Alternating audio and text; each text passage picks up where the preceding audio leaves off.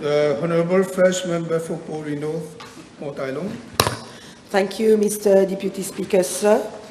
Question B, 605. Thank you. Monsieur le Vice-président, je suis fait informer par la Central Water Authority que des travaux de pose de tuyaux ont été entrepris dans quelques régions de la circonscription numéro 4, à savoir Pôle-du-Nord, et les régions Montagne-Longue, Notre-Dame, Cité-la-Cure, Sainte-Croix, Rochebois, Vallée des Prêtres. Monsieur le Vice-président, je suis également informé que la réintégration permanente est en cours sur ces routes. D'abord, à Montagne-Longue, 6,6 km sur un total de 8,6 km ont déjà été refaits. Les 2 km restants, principalement des routes de ADA, devraient être terminés d'ici fin septembre 2025. À Cité-la-Cure, Sainte-Croix, Rochebois et Vallée des Prêtres, la réfection permanente des routes devrait être achevée d'ici fin juillet 2025. Monsieur le Vice-président, enfin, dans la région de Sainte-Croix, il reste environ 200 mètres de tuyaux sur les 4,8 km à réaliser d'ici la fin de ce mois. Concernant la réfection des routes, 2,2 km sur 3 km de routes municipales ont déjà été réalisées. Les sections restantes devraient être achevées en octobre 2025. The Honourable Third Member for View, Grand-Port, Roosevelt. Thank you, Mr. Deputy Speaker. PQB 606. Thank you.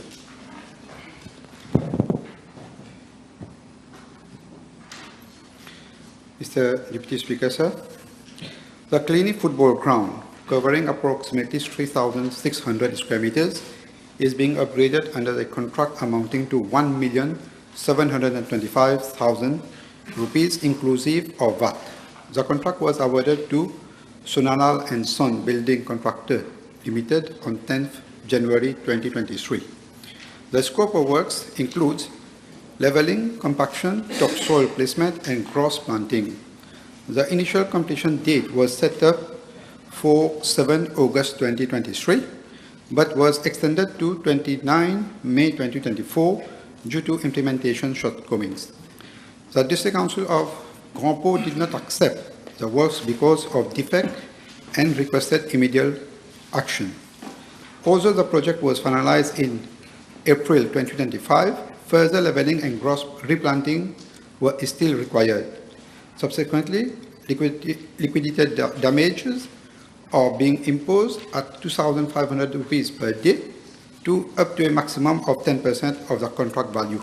The contractor has been instructed to complete outstanding works by end of August 2025.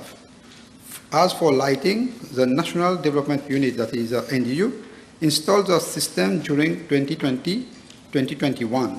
However, the main distribution panel was vandalism on the 24 July 2023, and all the electrical fixtures and fittings were stolen. The District Council is reinstating the lighting system through in-house labor at an estimated cost of 75,000 rupees, with completion expected by mid-August 2025. Mr. Deputy Speaker, sir, similarly, the Banan football ground, covering approximately 6,400 square meters, is being upgraded under the same contract as Clinic at a cost of 1,725,000 rupees, inclusive of VAT. The works involve soil leveling and compaction, placing 4 inches of topsoil and gross planting with proper spacing. Maintenance include watering, fertilizing, and replacing dead grasses. Due to similar shortcomings in leveling and gross planting, remedial works were required, and the contractor has been asked to complete these by end of August 2025. The lighting system at Banan Football Ground was installed by the District Council of Grand-Port in 2020, following financial clearance from the NDU. Additional civil works and bleachers were completed in year 2019 and 2022, while lighting facilities exist. Lack of proper maintenance by the Council has been an issue. Bulb replacement are being carried out by in-house teams and will be completed shortly. Mr. Deputy Speaker, sir, I wish to highlight that poor maintenance of such amenities by councils continues to cause undue hardship to our citizens. To address these issues, these shortcomings, a circular letter will be issued to all chief executives of the local authorities urging urgent resolution of maintenance issues. Furthermore, the former government bears responsibility for delays in project completion due to its fragmented approach. Instead of entrusting a single contractor for comprehensive upgrades, contracts were split between the NDU and the local authorities, resulting in lack of coordination and prolonged incompletion. Thank you. The Honourable Second Member for Bromby Putudo. Honourable Minister of Labour. B607. Mr. Deputy Speaker, sir, I am informed by the officers of the National Occupation, Safety and Health Department that they carry out visits at places of work, including workshops where mechanical repairs are carried out for motor vehicles and motorcycles to ensure that the health and safety standards are met in accordance with the provisions of the Occupational Safety and Health Act 2005. Following visits carried out at places of work, appropriate recommendations are issued to the employers in accordance with Section 24, subsection 5 of the OSHA 2005. Follow-up visits are thereafter carried out to verify compliance. In case of repeated non-compliance, contraventions are established and the employer are prosecuted in accordance with Section 26 of the Act. With regard to Part A of the question, I am informed that for the period December 2014 to November 2024, 434 visits were undertaken by officers of the National Occupational Safe and Health Department at 191 out of 230 premises which are registered with NOSH as factories where activities in connection with repairs of motor vehicles and motorcycles are carried out. I table a list of a breakdown for each of the year 2014 to 2025 of the inspection carried out. As regard to Part B of the question, I am further informed that as at date, 8 employers involved in repair of motor vehicles and motorcycles have been prosecuted for breaches under relevant section of OSH 2005, namely section 5, 10, 23, 85, 87, 88, and 105. I also table a list of the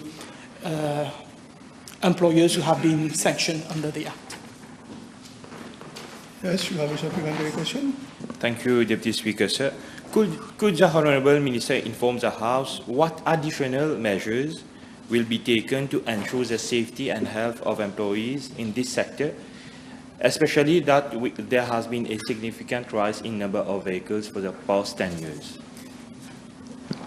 So, Deputy Speaker, sir, I have to confess that I'm also not satisfied with the number of visits carried out by the inspection of my ministry, because over the past 10 years, approximately less than 20% of workshops are inspected every year. But unfortunately, we have a constraint of labor inspectors, and in the enforcement department, we've asked for additional staff, and we will try our best to conduct more inspection of workshops. Honourable Second Member for Flag-Bonacay. Thank you, Mr. Deputy Speaker. B608, please. Mr. Deputy Speaker, sir, I am informed by the NLTA that bus route 26, Belmont Traffic Center to Central Flag via Roche-Noire, and 53, Belmont Traffic Center to Central Flag via Amaury and L'Aventure, are served by buses owned by individual bus owners. Previously, 19 buses were licensed to operate along these two routes. However, in 2006, one bus was transferred to Route 106, which is Flag-Port-Louis, while a second bus which had remained off the road since May 2020, had its road service license lapsed. Thus, the fleet along these routes was reduced to 17 buses. I am apprised that with a view to addressing this shortfall, 2 short-term RSLs licenses were granted in October 2023 and August 2024, respectively. As at present, buses are released every 20 minutes from both termini to serve both routes alternatively throughout the day. The fleet also caters for 7 school trips and 2 short services on school days. Furthermore, buses on these routes also transit via Poutrodor Hospital at designated times of the day. Mr. Deputy Speaker, sir, I am informed by the NLTA that routes 26 and 53 have indeed been subject to recurrent complaints, particularly when scheduled trips are missed due to 1 or more buses being off-road due to breakdowns and unavailability of spare buses for replacement, or simply due to operators opting not to provide the service, which is a recurrent happening. It is to be pointed out that a high number of these buses are more than 17 years old and are thus often prone to mechanical problems. As a result, strict compliance with timetable of operation cannot be observed, thus drawing strong complaints from commuters and management educational institutions. I have seen with much concern the video posted on social media by the Honourable Member on Sunday 29 June 2025, as regards line 26, whereby the last bus did not turn up at the flag bus station and 16 passengers were consequently left stranded. The disciplinary committee of the NLTA has been constituted under the chair of Attorney Ms. Arati Prayak. I will ask the authority to investigate on this incident as a priority and to ensure that severe action is taken against all those liable. To this effect, regular monitoring is ongoing by the regulator, the NLTA, although it is constrained by significant shortage of inspectorate staff. Furthermore, I wish to reassure the House that the licensing of 2 additional buses along the sales route is also being contemplated in order to enhance the level of service and to cater for emergencies resulting from big breakdown of buses. Coming to Route 221, which is part of the question, Autrive Traffic Center, Rivière du Rapport to Central Flat via Roche-Noire. Mr. Deputy Speaker, sir, the NLT has apprised that this route was created to serve the inhabitants of Plaine des Roches who converge to Flac for their social, recreational and economic activities, as well as for students attending educational institutions in Flac. This route is served daily by individual buses on a roster basis. A fleet of 71 buses operating along routes 106, 109, 111, 176 and 112, Flac to Port-Louis. These buses are released at intervals of 20 to 30 minutes during the peak time and 60 to 70 minutes during off-peak. The service along this route has also been subject to repeated complaints from the travelling public due to dishonest operators failing to run their buses during off-peak time. Checks are being carried out during the morning and peak time by the inspectorate to ensure the observance of timetable. Moreover, I am made aware that the NLTA will soon have a meeting with the bus operators for reviewing the existing established timetable in order to better meet the need of passengers. Finally, I wish to reiterate with much belief and confidence that malpractices will soon come to an end with the forthcoming introduction of fleet management system. At long last, we have a budgetary provision for this in the last budget. Meanwhile, I've asked the NLTA to have 1 of the 11 management support officers to be posted at the flag station to ensure close monitoring. In fact, these 11 MSOs have been entrusted a special assignment to strengthen the NLTA's inspectorate pending the recruitment of road transport inspectors, and I had extensively explained during my speech on the budget this year. Finally, I would invite the Honourable Member and his other colleagues of the constituency to work in close collaboration with the NLTA for the benefit of the commuters and to feel free to touch base with the MSO if need be. Yes, Honourable Member.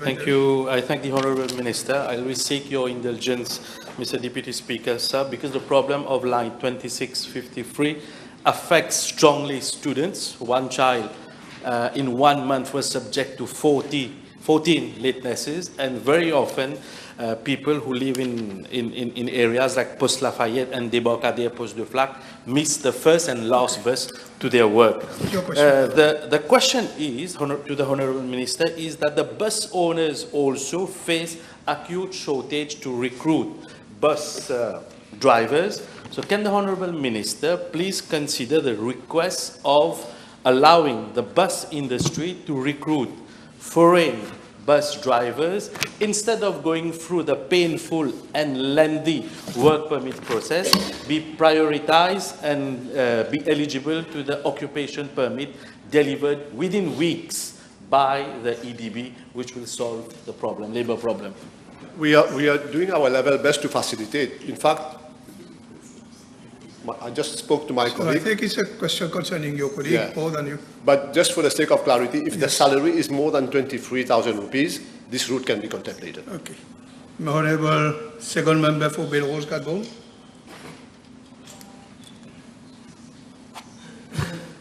Je vous remercie, Monsieur le Vice-président. B609. Mr. Deputy Speaker, sir, I am informed by the National Transport Corporation that in line with its fleet renewal strategy and the planned deployment of its electric fleet, the consultancy services of Aqualis Consulting Engineers Limited were enlisted on 2 occasions, namely a first time in 2023 for a feasibility study on consultancy for design and charging system and infrastructure for electric buses across 6 NTC depots, and a second time in 2024. In the interest of time, I'm tabling the full scope of work for the initial feasibility study. Share with me. There you are.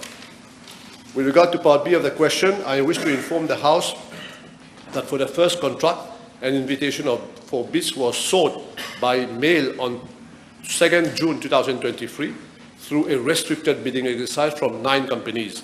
Again, in the interest of time, I'm tabling the full list of 9 companies.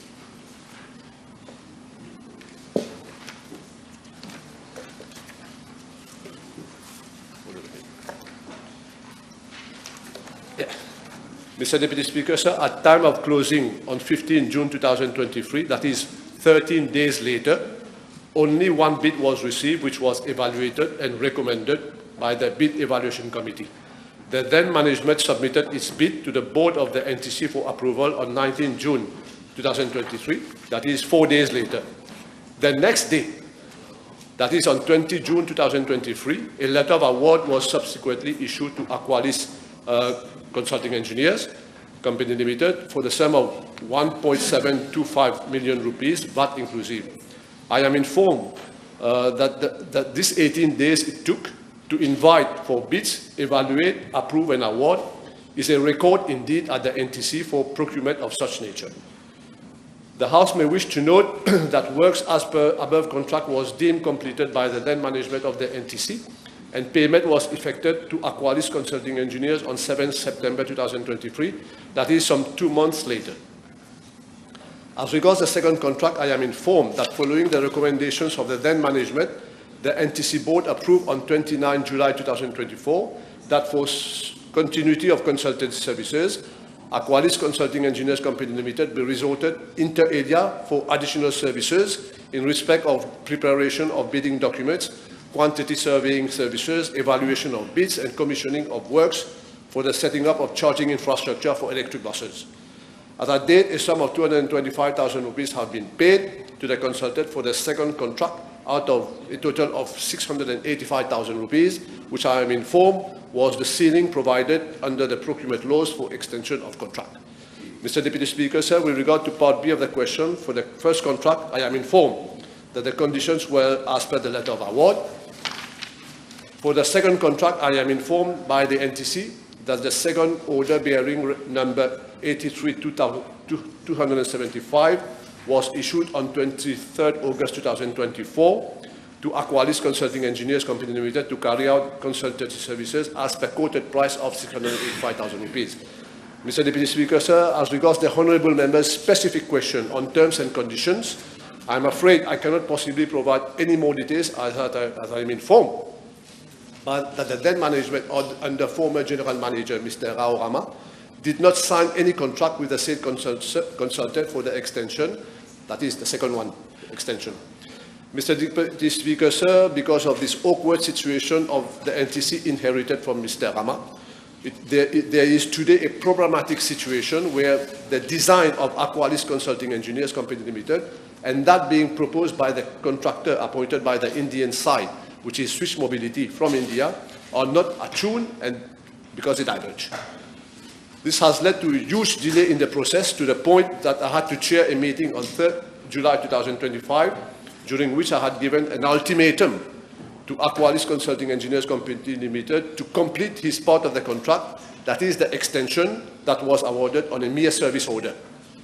Aqualis Consulting Engineers has undertaken to complete all the works, all the documents by the end of this week.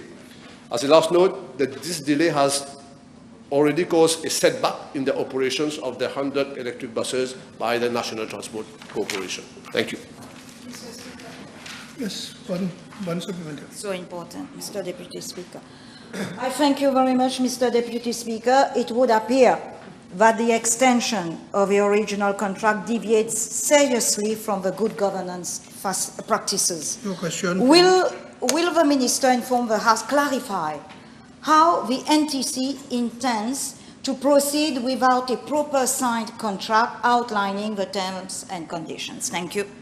Yeah, it's a bit too much today because the contract was not signed, but I've called them at the office on 3rd of July, and I've asked them for national interest, they have to complete this project because the 100 buses from India, 10 of them has already arrived, and the rest are awaiting the completion of these works to be able to ship the balance of 90. The last one, please. I thank you very much, Mr. Deputy Speaker. Would the Minister inform the House the actions being taken to charge the electric buses with renewable energy? Thank you. I thank the Honourable Member for this very pertinent question. Indeed, electric vehicles are more polluting in Mauritius. I said it during the PNQ. I've started discussions with the Global Environment Fund in order to secure funds and facilities to install solar photovoltaic panels on the rooftop of the NTC depot, so that we can mitigate the environment impact. Honourable Third Member for Bobassa. B610. Mr. Deputy Speaker, sir, the present board of the Mauritius Sport Council was constituted on the 17th January 2025. I'm tabling the composition thereof, along with the monthly allowances and benefits drawn by each member. The document also indicates the experience expressed by the respective member. Vice-président, l'honorable ministre peut-il dire à la Chambre si parmi les membres du board du Mauritius Sport Council, s'il y a des politiciens engagés activement? Si oui, si tel est le cas, de nous donner leur nom et nous dire les fonctions politiques qu'ils occupent.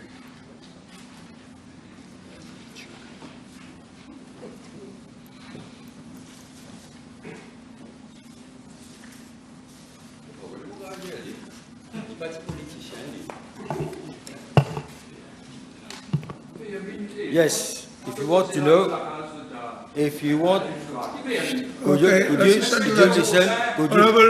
Honourable Kiga, you want to? Let's listen to the answer. You ask a question, let's have an answer.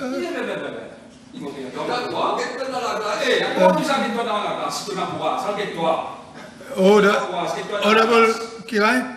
Yes. No cross-talking, please. Listen to the answer. Yes, good question.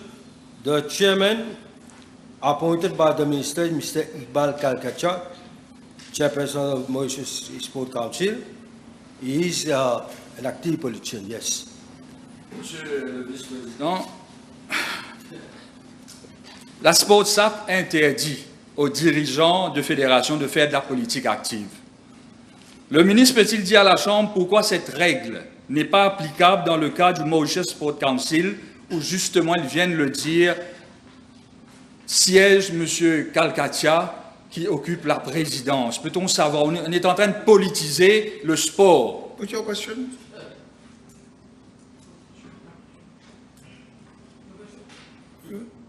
Oui. What is the question? Mais, il aurait dû écouter, monsieur le ministre. Le ministre peut-il dire à la Chambre pourquoi cette règle qui consiste à interdire aux dirigeants des fédérations de faire de la politique active, pourquoi cette règle n'est pas applicable au Mauritius Sport Council? Honorable Minister. Yes. You listen well. Mr. Deputy Speaker, sir, my ministry has sought legal advice from the Attorney General Office on this matter as far back as 2 April 2025. According to the advice was as follows. Section 16C(3) of the Local Government Act provides, inter alia, that no person shall be qualified to be elected or nominated as municipal council or municipal town council where he is holding of or acting in an office of government and a statutory corporation or an organization only funded by the state other than the chairperson or member of the governing body of that corporation or organization, only funded by the state. In the light of the above provision, the chairperson and member of the Mauritius Sport Council are eligible to stand as candidate for the forthcoming election. That is, a councillor can be nominated as chairperson for the Mauritius Council. Honorable Third Member for Paulino, Mount Island. Thank you, Mr. Deputy Speaker. Question B611, please. Mr. Deputy Speaker, sir. It is a known fact that previously roundabouts were being provided along motorways and main roads to allow conflicting movements across junctions. These roundabouts have served their purposes over the years. However, over time, due to increasing volume of traffic, several of these roundabouts are now operating beyond capacity, leading to extensive congestion, long queues, and increase in travel time.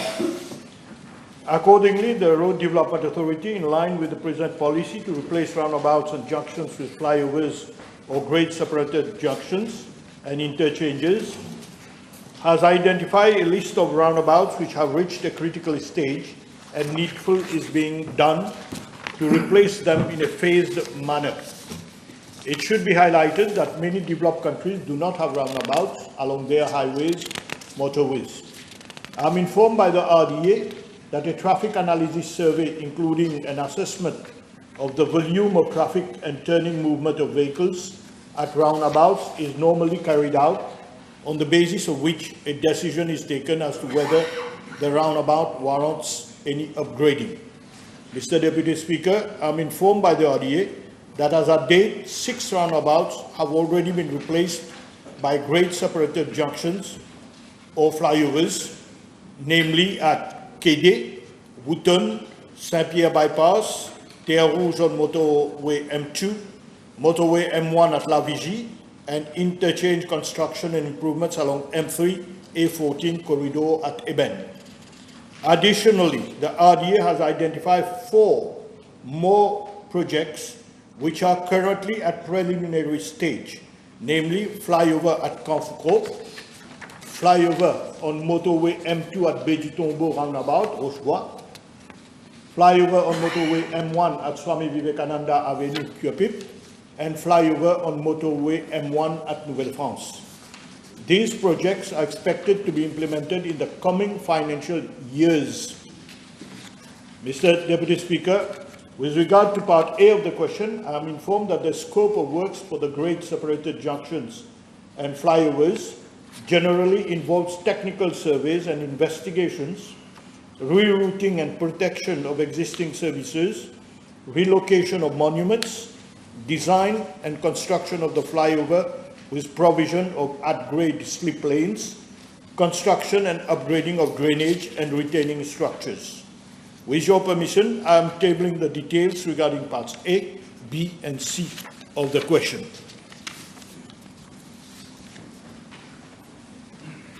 Honorable Second Member for Kaushal Amoka.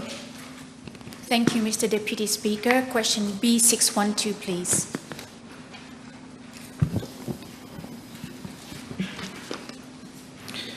Mr. Deputy Speaker, sir, I wish to inform the Honourable Member that gymnasium instructors on a part-time basis are recruited through the Local Government Service Commission, both at the level of district and municipal council. According to the Pay Research Bureau, that is a PRB, report 2021, the monthly allowance payable to part-time gymnasium instructors was revised from 14,895 rupees to 16,610 rupees, provided the incumbent performs 27 hours, working hours weekly. The staffing position in the grade is being tabled. Furthermore, Mr. Deputy Speaker, sir, local authorities also retain the services of gymnasium instructors on a sessional basis.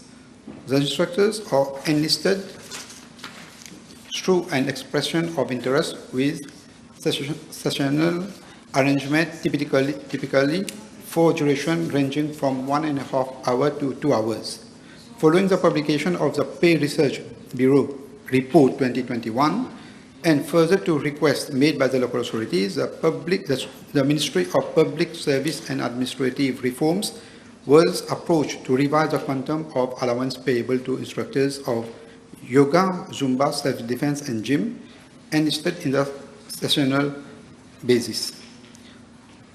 On 31st October 2022, the Ministry of Public Service and Administrative Reforms revised the allowance from 425 rupees for a session of 1.5 hours to 2 hours to 475 rupees for a session of 1.5 hours. 2 instructors enlisted to teach aerobic, badminton, kickboxing, tai chi, yoga, and Zumba, where the terms and conditions of employment are similar. I am tabling details returns regarding employment of gymnasium instructors part-time in the local government service, indicating the number of established posts along with the number of officers in post as of 31st May 2025. The table also includes the instructors retained on a sessional basis to teach Zumba and yoga. Mr. Deputy Speaker, sir, any revision of these rates will be subject to recommendation made in the forthcoming Pay Research Bureau report. The Honourable Third Member for Codino, Motailong. B613, please. Mr. Deputy Speaker, sir, with your permission, I will reply to PQB 613 addressed to the Honourable Minister of Health and Wellness. I am informed that my ministry has 4 magnetic resonance imaging MRI apparatus operating at the following public health institutions. I'll go by the common names. G2 Hospital in Port Louis, SSRN Pamplemousse, SAJ at Flac, and NCC at Solferino. On the other hand, CT scan machines are available at the following health institutions. 1 at Dr. Abdul Ghafour G2 Hospital, Port Louis, again, SSRN, PHN Rosebel, 2 at Victoria Hospital, Candace, 1 at ENT Vacua, and 1 at NCC Solferino. With regard to part A of the question, I am informed that out of the 4 MRI equipment in public hospitals, the one at SSRN Hospital and the one at NCC Center are both functional, whereas that of Dr. G2 Hospital is out of order since 12th of May 2025. Spare parts to effect repairs have already been ordered and delivery is expected by end of this month. The repairs will then be completed within 1 week of the receipt of the spare parts. As regards to the MRI at SAJ Hospital, the MRI equipment has been delivered on 6th of June 2025 and installation is in progress. Training will be done, commissioning will be done, and the machine will be operational as from August 2025. I'm informed that now with regards to the CT scan machines, I'm informed that there are 7 of them, and out of those 7, only 2 are fully functional. and one at Dr. G2 Hospital and one at Victoria Hospital, whereas those at JNH and ENT Hospital are partly functional. The status regarding the other 3 CT scan machines is as follows. It's not a long response, Mr. Deputy Speaker, sir. Please allow me to go through it. SSRN Hospital, the equipment encountered problems on 13th of May 25. And troubleshooting actually revealed issues with some spare parts which have now been ordered. It will be received by end of this month. It will take 1 week for the machine to be up and operational. At Victoria Hospital, the CT scan equipment is also faulty. And it was faulty, repairs have been completed, and as we speak, calibration is scheduled. And the equipment will be fully operational very soon. At the NCC, the contract has been allocated for a comprehensive maintenance, and today, again, it is being done. And repairs, as per the problems that are there, will be effected within 1 month after allocation of the contract, which is due today. Now, with regard to part B of the question, the procurement procedures have already been initiated for the procurement of a CT scan apparatus for the Sage Hospital.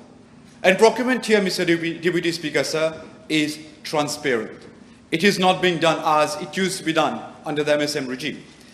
Moreover, provision has been made in the budget 25-26 for the acquisition of 2 additional MRI equipment and 2 CT scan machines. On an average, as a benchmark, Mr. Deputy Speaker, sir, for a population of 1.2 million, we are currently below standard. We are substandard, and this is why people who are already suffering, they're having to wait for a long time, are being transferred from one hospital to another so that they can benefit from the services that these equipment deliver. And that is just for their own health. Therefore, there was really no focus on the MSM, by the MSM government with regards to the health of the nation. What they did was more of a money illusion instead of investing that money into the health of the public. Let me just exemplify, and it's very quick, totally related to the question. The question B is simple. When all public health institutions will be equipped therewith? Just tell us the lifespan, how many months, how many years? If Yes. you can, I know you are not just under the minister. No, I'm good with that. I just want to add this last bit to conclude. 1 year, in the first year, we have already ordered equipment so that there is a 50% increase in the MRI equipment, 30% increase in the CT scan equipment so that we can deliver better health services, Mr. Deputy Speaker, sir. Thank you. So this shows how much we care about the health, the nation's health. And just to conclude, with a view to mitigate the time frame for the CT scan and MRI reports in case of breakdown of equipment, the patient is actually currently being referred to other hospitals. This is for us to ensure that the medical services are being deployed. Thank you, Mr. Deputy Speaker. Thank you, Honourable Minister. The Honourable Second Member for Koshebiti and Moka. Thank you, Mr. Deputy Speaker. Question B614, please. Mr. Deputy Speaker, sir, at the very outset, let me apprise the House that the enhanced meal program in zone d'éducation prioritaire schools is not only a humane exercise, it is also a powerful tool to address educational equity and social empowerment. I am informed that my ministry provides enhanced meals to 5,292 pupils, 5,292 pupils in the 24 ZEP schools. With regard to part A of the question, I am tabling the list of suppliers who are involved in the provision of these enhanced meals, along with the terms and conditions of their contractual obligations. As for part B of the question, I wish to inform the House that there are several measures to ensure quality control over the meals being served to the 5,292 pupils in the 24 ZEP schools. For example, each ZEP school has a monitoring committee composed of both teaching and non-teaching personnel responsible for overseeing the quality of the meals provided. Distribution of meals to pupils takes place only when the headmaster has personally certified the standard of the food. Mr. Deputy Speaker, sir. However, while the vision is clear, I must acknowledge that the execution of those quality control measures has not always kept pace with ambition. An internal audit report dated 8 October 2024 revealed serious lapses in the performance of certain service providers. These included repeated breaches of contract, complaints over meal quality, and unjustifiable delays in delivery, failures that are wholly unacceptable. It is also to be noted that over the past years, the Ministry has on various occasions been unsuccessful in finalizing a comprehensive bidding exercise for the supply of the enhanced meals to all the 4 education zones. Pending the conclusion of a fresh procurement exercise, contracts are presently being extended on a month-to-month basis without price adjustments, an interim measure that has regrettably exposed the system to declining service quality due to inflationary pressures. Mr. Deputy Speaker, sir, these deficiencies were not only flagged internally, but were also echoed loudly at the recent Assises de l'Éducation. Let me assure the House that this government will not condone mediocrity, certainly not when the well-being of our children is at stake. Accordingly, decisive corrective action has been already taken to control the quality of enhanced meals. A fresh open national bidding exercise was launched last month for the supply of enhanced meals across the 4 zones for both the 3rd term of the academic year 2025 and the full academic calendar of 2026. The evaluation of bids is ongoing for the 4 zones. Unlike in the past, this new procurement exercise is underpinned by rigorous performance benchmarks, updated menus, revised food preparation and handling protocols, strict distribution guidelines, and reinforced monitoring frameworks have all been embedded. Furthermore, all personnel deployed in schools must present a valid certificate of character and a hazard analysis critical control certificate or ISO 22000 certificate. I am tabling the terms and conditions of this new procurement exercise for 2025. Mr. Deputy Speaker, sir, since 2019, there was no significant increase in the budget for enhanced meal program. However, in the 2025-2026 budget, provision has been made to increase the budget from 80 million to 120 million so that we do not compromise on the quality of meals provided to our 5,292 children in 24 ZEP schools. Thank you. Honorable Third Member for Bobassa, Trivia. B615.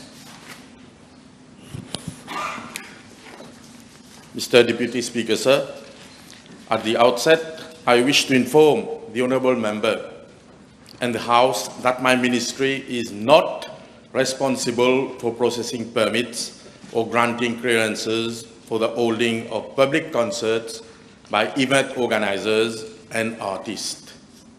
That said, Mr. Deputy Speaker, sir, the organization of public concerts is governed by a number of laws and regulations, namely the Public Gathering Act 1991, the Public Health Prohibition and Advertisement Sponsorship and Restriction on Sale and Consumption in Public Places of Alcoholic Drinks, Amendment Regulation 2021, the Environment Standards for Noise, Regulation 2022, and the Environment Protection Control Noise, Regulation 2022.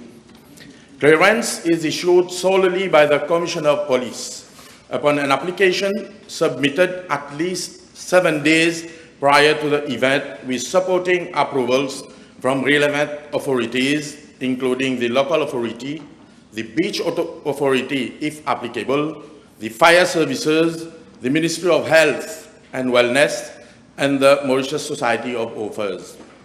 Mr. Deputy Speaker, sir, upon approval, terms and conditions are imposed by the Commissioner of Police. Mr. Deputy Speaker, sir, let me also highlight that under the previous government, the procedure for organizing public concerts was fragmented, overly bureaucratic, and discouraging. Event organizers and artists were left on their own to navigate a maze of approvals, resulting in delays, frustration, and frequent cancellations of events. The process hindered creativity and suppressed the growth of our cultural economy.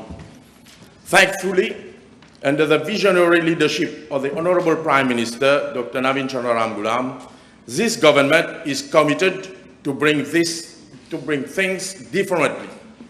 As announced in the government program 2025-2029, my ministry will establish a cultural desk that will act as a one-stop shop for concert organizers and artists.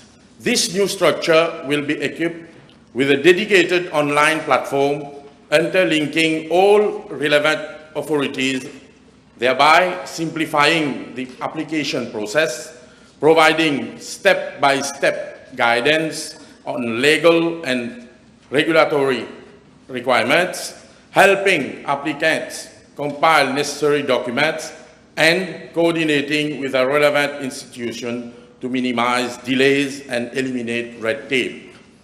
Mr. Deputy Speaker, sir, while legal obligations will remain, the process will become simpler, faster, and more transparent. Mr. Deputy Speaker, sir, with this measure, we are replacing bureaucracy with facilitation, confusion with clarity, and hesitation with action, so that our artists, event organizers, and audiences can all thrive. Thank you, Mr. Deputy Speaker. Yes.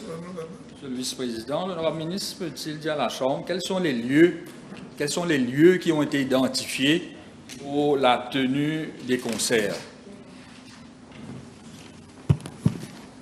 As I said, Mr. Deputy Speaker, sir, my ministry is not concerned with these issues right now.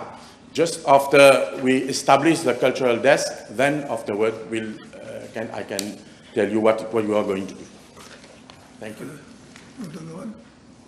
Et si je comprends bien, l'honorable ministre n'a aucune information en ce qui concerne l'organisation des concerts, mais je lui pose une question, au cas où il serait au courant, s'il y a eu des demandes qui ont été rejetées depuis l'arrivée du nouveau gouvernement. S'il le sait, quelles en sont les raisons?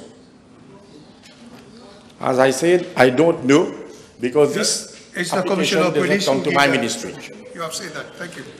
The Honourable Third Member for Vieux-Grandport, Rosebel. Thank you, Mr. Deputy Speaker. PQB 616, please. Mr. Deputy Speaker, I would like to refer the Honourable Member to the reply I made to PQB 223 on 25th March 2025, wherein I informed the House that the B28 road had been severely damaged further to the pipeline works being carried out by the Central Water Authority. I also informed the House that the CWA would implement the required works to reinstate the road. Mr. Deputy Speaker, I am now informed by the CWA that the reinstatement works concern some 13.1 kilometers of road following the replacement of approximately 30-year-old ductile iron pipes. The reinstatement is being carried out in two stages. Firstly, temporary reinstatement undertaken by the contractor carrying out the pipeline works, which consists of backfilling and applying a 30mm layer of asphaltic concrete along the trenches. And secondly, the permanent reinstatement to be undertaken by a separate Grade A contractor following a bidding exercise. This involves asphalting the damaged road to a thickness of 50mm. As at date, temporary reinstatement works from Féané to Joncé over approximately 6.7 kilometers are ongoing and are expected to be completed by August 2025. As regards the road from Anse-Joncé to Bambou-Veilleux and Petit-Sable, temporary reinstatement works have already been completed in April 2025. Mr. Deputy Speaker, I'm further informed by the CWA that a separate contract for the permanent road reinstatement works is expected to be launched under the open national bidding procedures by mid-July 2025. The works are expected to start by October 2025 and would be completed by February 2026.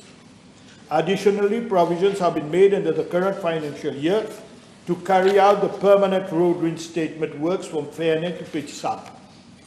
Mr. Deputy Speaker, sir, I wish to highlight that the RDA has raised concerns over the CWA's failure to comply with the conditions of way-leave, namely at l'Escalier, Chemin-Grenier, Saint-Julien-d'Hautemont, and Hermitage, where no proper temporary reinstatement works was carried out despite several notices sent.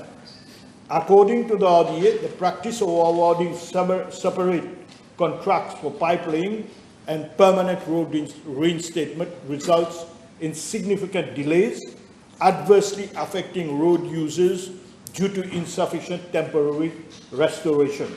To address this, the RDA is proposing to take over permanent road reinstatement works once pipelaying is completed and commissioned by the CWA. In this regard, the RDA will hold discussions with the CWA for the signature of a memorandum of understanding outlining payment terms and responsibilities to be agreed upon between both authorities. The Honourable First Member for Savane and Black River. Thank you, Mr. Deputy Speaker. B617. Mr. Deputy Speaker, sir, with regard to part A of the question, I wish to inform the House that I had provided detailed information thereto in my reply to parliamentary question B574, put by the same honourable member, Mr. Babaji, during our sitting of 24 June 2025. However, I am tabling the information on the requirements and conditions as provided by the National Land Transport Authority as follows. Coming to part B, Mr. Deputy Speaker, sir, I am apprised by the NLTA that a total of 4,317 contract car licenses have been granted during the last 5 years as follows. 2020, 518, 2021, 296, 2022, 412, 2023, 75, 2024, 2,907, 2024, sorry. 2025, 9. However, only 3,650 such licenses are valid as at date, while 667 have still not been implemented as yet. Finally, as regards part C of the question, I wish to inform the honourable member that the list of names of persons having been issued contractual PSVs over the last 5 years have been compiled. I invite him to come to the ministry or the NLTA to have access to the same. He can eventually touch base with my office for necessary arrangements accordingly. As a last note, there has been several questions on the fleet of contract cars on our roads. Let me, Mr. Deputy Speaker, sir, mention that as at now, there are 11,153 contract cars on our roads, 7,781 having been issued from 2015 to 2024, representing 70%. Having been granted over the last 10 years. The NLTA is of the view that there could be more than what the market needs at the moment. Yes, And can I have, as you just said, there are 2,907 in 2024. And according to my information, these have been done to facilitate money laundering. And those applicants who applied for it, they are not holding the permit right now. Those permits have been sold. And according to that information, one permit allows you to buy free cars. Okay. Can you? One permit allows you to buy 3 cars. Okay, now put your question. And the question is, are those people eligible to hold those permits according to those criteria? And according to my information, there's one company, Pakajaco Limited, in Moldavia, and everyone knows he's the right hand of Mr. at that time, Bobby Ariram. He holds 14 permits. Okay, you will. All those permits. And in the West, I won't name those names. In the West, we got fleets like 40, 50 cars. All right, put your question. Put your Can question. you have those details if they are eligible to hold those permits? Yes. If they are not applicant, they can buy those permits. Is it legal? You will have to. Well, the honorable members, like I said, I will open the books to him at the NLTA. If he finds anything fishy, it will be we are duty bound to refer those to the FCC should there be maldone as he stated. For the public interest, can we have those names tabled and if inquiry will be done accordingly? Well, okay. Section 4444 of the Data Protection Act of 2017, Mr. Deputy Speaker, sir, stipulates no exception to this act shall be allowed except where it constitutes a necessary and proportionate measure in a democratic society, inter alia, and objective of national general public interest. Since the honourable member has invoked public interest, I will table it.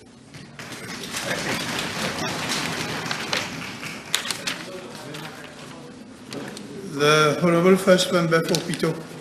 Rivière du Rempart. B618, s'il vous plaît. Mr. Deputy Speaker, sir, with regard to Part A of the question, I am informed that the Indira Gandhi Women Empowerment Center at Rivière du Rempart was closed in March 2021 for reasons known only to the previous government.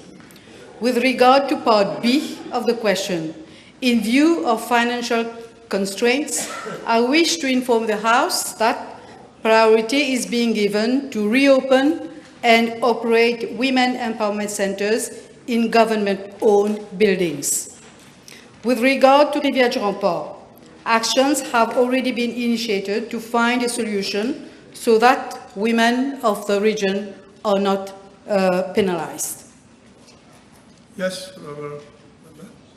Can the Honourable Minister inform the House whether discussions are being entertained with the local government authority ministry so as to take on the building at the new market at Rivière du Rempart for the same?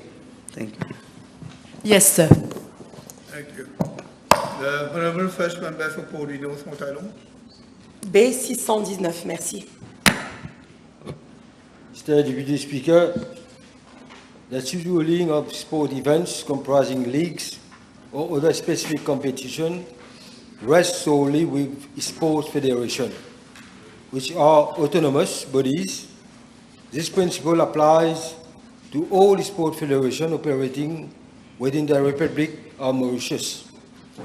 Whether Olympic or non-Olympic disciplines, there are around 50 of them. There is no specific policy as such at the level of the ministry.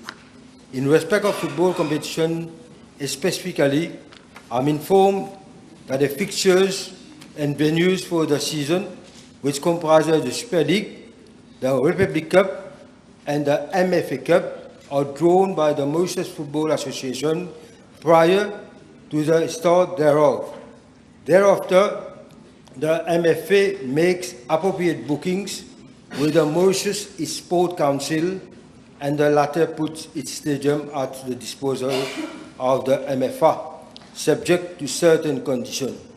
Mr. Deputy Speaker, sir, I'm informed that the National Managing Committee of the MFA, held on 16 June 2025, resolved that the final match of the Republic Cup 2025, opposing La Cure Waves SC to Chebel Citizen, be played on 22nd June 2025 at the Auguste Voller Stadium in Flac. Mr. Deputy Speaker, sir, I wish to draw the attention of the House that the organization of the holding of sport events in the country is governed by the Sport Complex and Stadium Regulation 2003. It covers 40 federations, 13 stadiums, and 27 sports complexes. I'm tabling a copy of the regulations. You got a supplementary? Thank you. Merci pour la réponse. L'honorable ministre peut-il confirmer que ce match était initialement programmé pour être disputé au Côte d'Or National Sports Complex et nous dire qui a pris cette décision injuste de changer le stade pour la finale de la Republic Cup? Merci. Our answer to that question is the MFA who is sole responsible of the events. Your next question? Yes. Thank you. No, I was talking about your next question. My next supplementary. B6220. I have another supplementary. I said that the Federation de Sport which organizes football. No, I have two supplementary. One, please. we're going to give you one supplementary, not two, one. Because the minister has said he has no control on who organizes the stadium, it's the Federation. Now, if you want another Il y a eu one une question, discrimination à ce sujet, Monsieur le Vice-président. One last question, please. On this For subject. Honorable Nagalinga? Yes, yes. OK, thank you. Pourquoi a-t-on brutalement empêché les joueurs de Cité la Cure et de Chébel de fouler le stade Côte d'Or en les qualifiant de fouteurs de désordre? Cette décision va totalement à l'encontre de tout ce qu'on avait promis durant notre campagne. Je sais qu'ils ont de problèmes avec Cité la Cure. I'm putting my question right now. Alors, par rapport à cette décision, le ministre peut-il informer à la Chambre s'il y a eu ou non, ou est-ce qu'il y aura une enquête pour situer les responsabilités de cette décision? Est-ce que le responsable sera appelé à présenter ses excuses à ses équipes? Merci. I'm not aware of what the honourable member is saying, but I'm repeating myself. It's the MFA who organize and schedule for matches to be played on any stadium. The next question, Honourable First Member for Porty North and Rhode Island. Thank you. B620, thank you. Deputy Speaker, sir, I'm informed by University of Technology Mauritius that no application for admission has been received in the name of Miss RFF, Malagasy National. However, the UTM has informed that one Malagasy student, Miss RNF, enrolled in MA Communication and Public Relations for the April 2025 intake, had traveled to Mauritius on a tourist visa, which expired on 25th June 2025. Subsequently, the UTM intervened with the Passport and Immigration Office, and on 26th June, the PIO has granted a residence permit to the student. The student is now continuing her studies at UTM. Yes. The Honourable Minister will surely agree that this is a heartbreaking case which is in contradiction with the policy of Education Hub. Will he use his good offices to ensure that Malagasy nationals do not have to endure such hardship, especially when they come to study in public tertiary institutions such as UTM? Thank you. Thank you. In fact, we are having a committee looking at the entire process for all the students from all the countries. Honourable Third Member for Public Theory. Speaker, sir, B621. Monsieur le Vice-président, la CWM informe qu'un total de 3 293 plaintes relatives à l'approvisionnement en eau ont été enregistrées pour la circonscription numéro 5 entre le 1er janvier 2025 au 26 juin 2025. On estime qu'environ 15% de ces plaintes sont les mêmes appels qu'on reçoit, ce qui représente environ 2800 cas valides. Ces plaintes concernent des tuyaux cassés, des fuites, des interruptions d'approvisionnement en eau. Parmi celles-ci, je suis informé que la CW a déjà traité 1728 plaintes, soit 62%. Monsieur le Vice-président, les plaintes récurrentes de la circonscription numéro 5 sont principalement attribuées à l'état vieillissant de son réseau de tuyaux composés de tuyaux en amiante, ciment, fonte galvanisée. Dans cette circonscription, environ 30 km de tuyaux défectueux ont été identifiés, nécessitant un remplacement urgent, notamment dans les zones clés comme Baie du Tombeau, Pointe-au-Piment, Balaclava, Trou-aux-Biches et Arsenal, entre autres. Dans le cadre de la ligne de crédit indienne, la CWR prévoit de renouveler 4 km de tuyaux prochainement à Trou-aux-Biches. Entre-temps, la CWR a renforcé ses effectifs et ressources au sein de ses équipes d'intervention pour assurer les réparations. Yes, question. Mr. Deputy Speaker, sir, could the Honourable Minister advise if, upon resolution of these issues, the water supply problem of Solitude, notably at Septième will be resolved? Oui, je l'espère, oui. Honourable Second Member for Belrose Cadbourne. Je vous remercie, Monsieur le Vice-président. B622. Merci. Mr. Deputy Speaker, sir, I am informed by the Traffic Management and Road Safety Unit of my ministry that the Belrose Avenue consists of the following road segments. Number one, two-way road from its junction with Victoria Avenue up to its junction with Dépinay Avenue. Number two, one-way road from its junction with Dépinay Avenue up to its junction with Draper Avenue, with traffic flowing in the direction of Port Louis Saint-Jean along A1 Road. And two-way road, number three, two-way road from its junction with Draper Avenue to its junction with A1 Road. Now,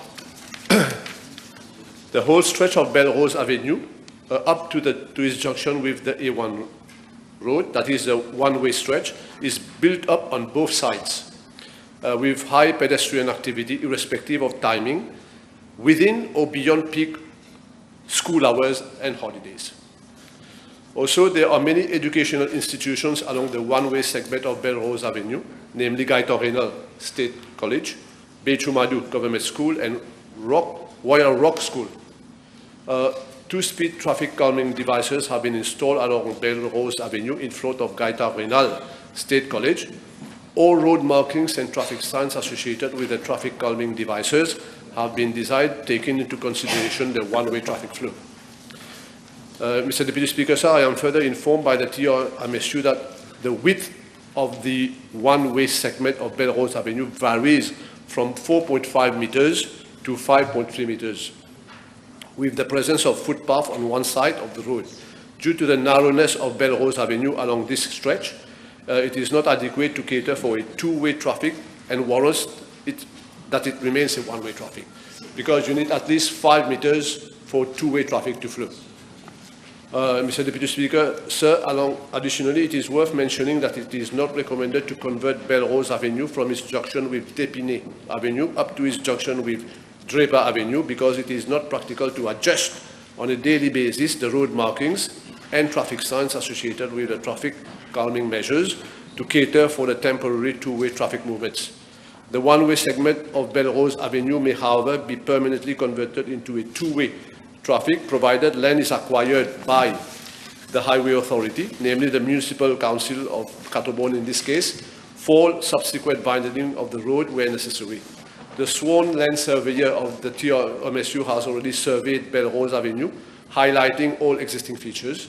That will entail, I'm told, demolishing of existing block walls and all of people living there. Because in the meantime, the Municipality of Council have installed pavements and all. This survey plan will help for the Municipal Council of Catobon to determine the extent of land required to widen the Belrose Avenue to cater for a safe and efficient two-way traffic movement on a permanent basis. Je vous remercie, Monsieur le Vice-président. Monsieur le Vice-président, je suis en possession d'une pétition signée par les habitants de la région de Belrose qui demande que cette portion de route sur l'avenue Belrose à côté de l'école de Béchou-Madou soit réaménagée en double sens uniquement les week-ends et pendant les vacances scolaires. Le ministre peut-il indiquer à la Chambre si son ministère serait disposé à envisager à titre expérimental, sachant qu'au préalable, cette route était déjà à double sens dans le passé, un tel aménagement afin d'en évaluer les effets sur la fluidité du trafic? Je vous remercie. Yes, the honourable member is right. About 10 years ago, it was two-way traffic, and then people of the locality had requested that it be converted in one-way arrangement. But then on a pilot basis for certain specific time, days, weekends and public holidays, I think, and school holidays, excuse me, I think we can envisage conducting a site visit and explore the possibilities. Next question, Honourable Second Member for Belrose-Gadboul. B623.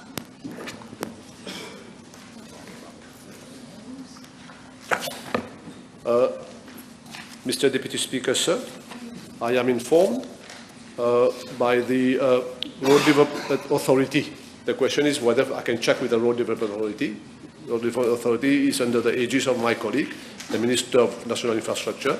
In his capacity as the Highway Authority, the latter has the following two projects in the pipeline which would contribute towards reducing traffic congestion and travel time along the motorway M1, Hillcrest Avenue and Sergeant Road, as well as enhance accessibility by providing an alternative route from Caterbone to Eben and vice versa.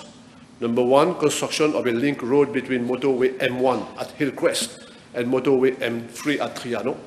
The project consists of the construction of a dual carriageway from the Hillcrest interchange to a new interchange onto motorway M3 at Triano.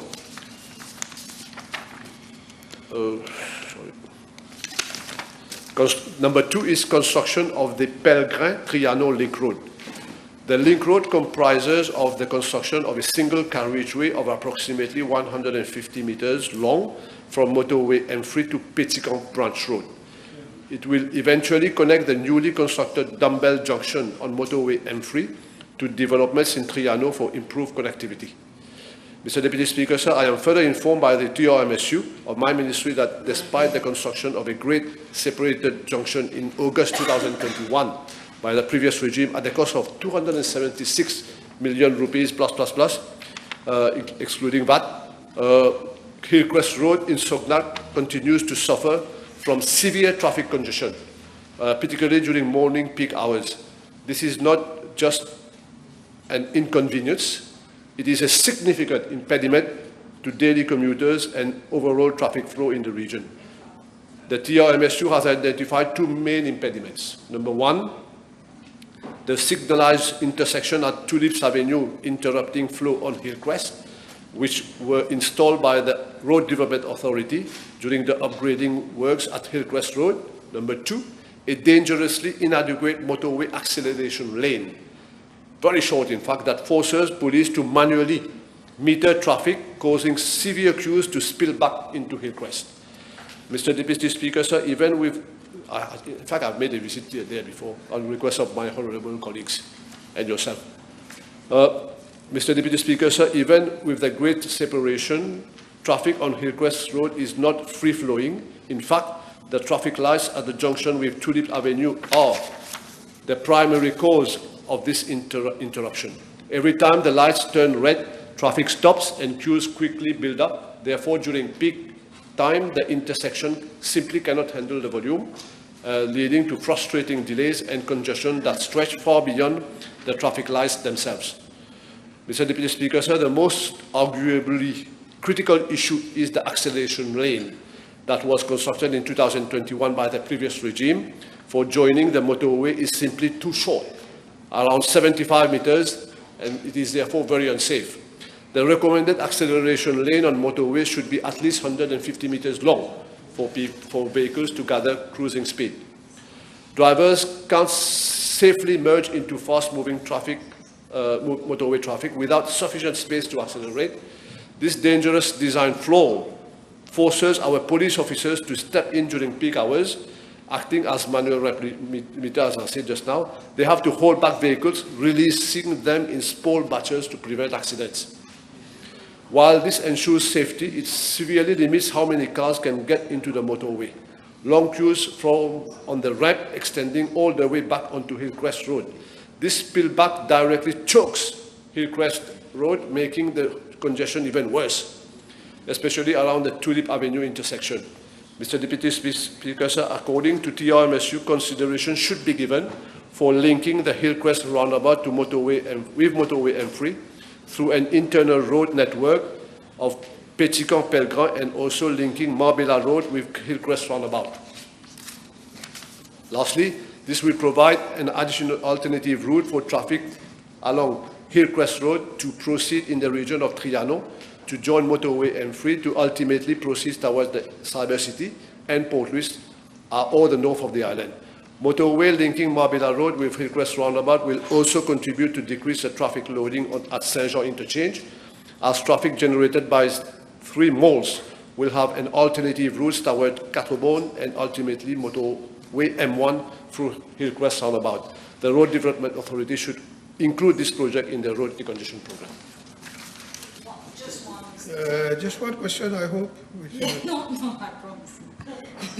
Je vous remercie, Monsieur le Vice-président. Monsieur le Vice-président, le docteur Arvin Boulel, vous et moi, nous savons qu'aux heures de pointe, un embouteillage monstre se forme chaque jour sur l'axe ralliant Hillcrest à l'autoroute en Also the direction de Port. remedial measures. I'm the Minister for the remedial measures. En attendant les travaux, le ministre peut-il indiquer à la Chambre si son ministère envisage-t-il de mettre en place un système de déviation afin de désengorger Hillcrest et ses environs? Je vous remercie, Monsieur le Vice-président. During the site visit that I effected, I mentioned earlier, about 2 months ago actually, I was told that bringing traffic to Saint-Jean Road will make it even worse because Saint-Jean Road is already choked. As you know, the metro line is exactly in the middle. So the real solution lies at the doorstep of my colleague, the Honorable Ajay Ganesh, because if the link road linking that road to M-Way Motor 1 is constructed, this will be the solution. But like I said, we've tried all the possible avenues, but we'll do it again on request of the Honorable Member. The Honorable Second Member for Grand Bay Poutouno. Thank you, Deputy Speaker. B624.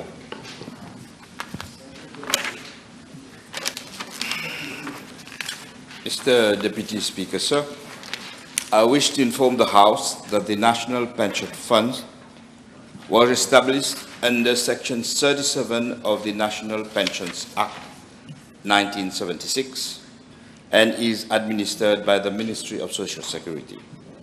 Contributions to the fund were made by both employers and employees in the private sector at the rate of 6% and 3% respectively. These contributions were capped based on a ceiling applied to the basic salary, which stood at 18,000 rupees, 18,740 rupees in August 2020, when the then government decided to change the system. With regard to what is stated in the introductory part of the question, I wish to clarify that the fund is still in existence and operational. It was the contribution of employers and employees that were discontinued by the June 2020 budget of the previous government. In fact, it was the operation of the National Pension Scheme that was effectively dismantled as from 1st September 2020. The National Pensions Fund, although not formally dismantled, was placed in a path of gradual extinction. I also wish to inform the Honourable Member that the National Pensions Act was amended through the Finance Miscellaneous Provisions Act 2020, abolishing the payment of contribution to the NPF and introducing the Contribution Sociale Généralisée, CSG, as from 1st September 2020. With the introduction of the CSG, contributions are now collected by the Mauritius Revenue Authority, MRA. Mr. Deputy Speaker, sir, regarding Part A of the question, I am informed that when contribution was stopped in 2020, the fund's value stood at approximately 139 billion rupees. Since then, the fund has been dispersing about 4.5 billion annually in the form of contributory retirement pensions, contributory widows' pensions, contributory invalidity pensions, contributory orphans' pensions, and industrial injury benefits. Over the past 4.5 years, a total of around 23 billion rupees has been dispersed. Regarding part B of the question, the answer is no. The assets of the fund remain under the name of the National Pensions Fund, which continues to exist. Regarding part C of the question, as the assets remain under the control of the National Pension Funds, actual and future beneficiaries will continue to receive their pensions in accordance with the provisions of the National Pensions Act. Thank you, Mr. Deputy Speaker, sir. You have a supplementary question?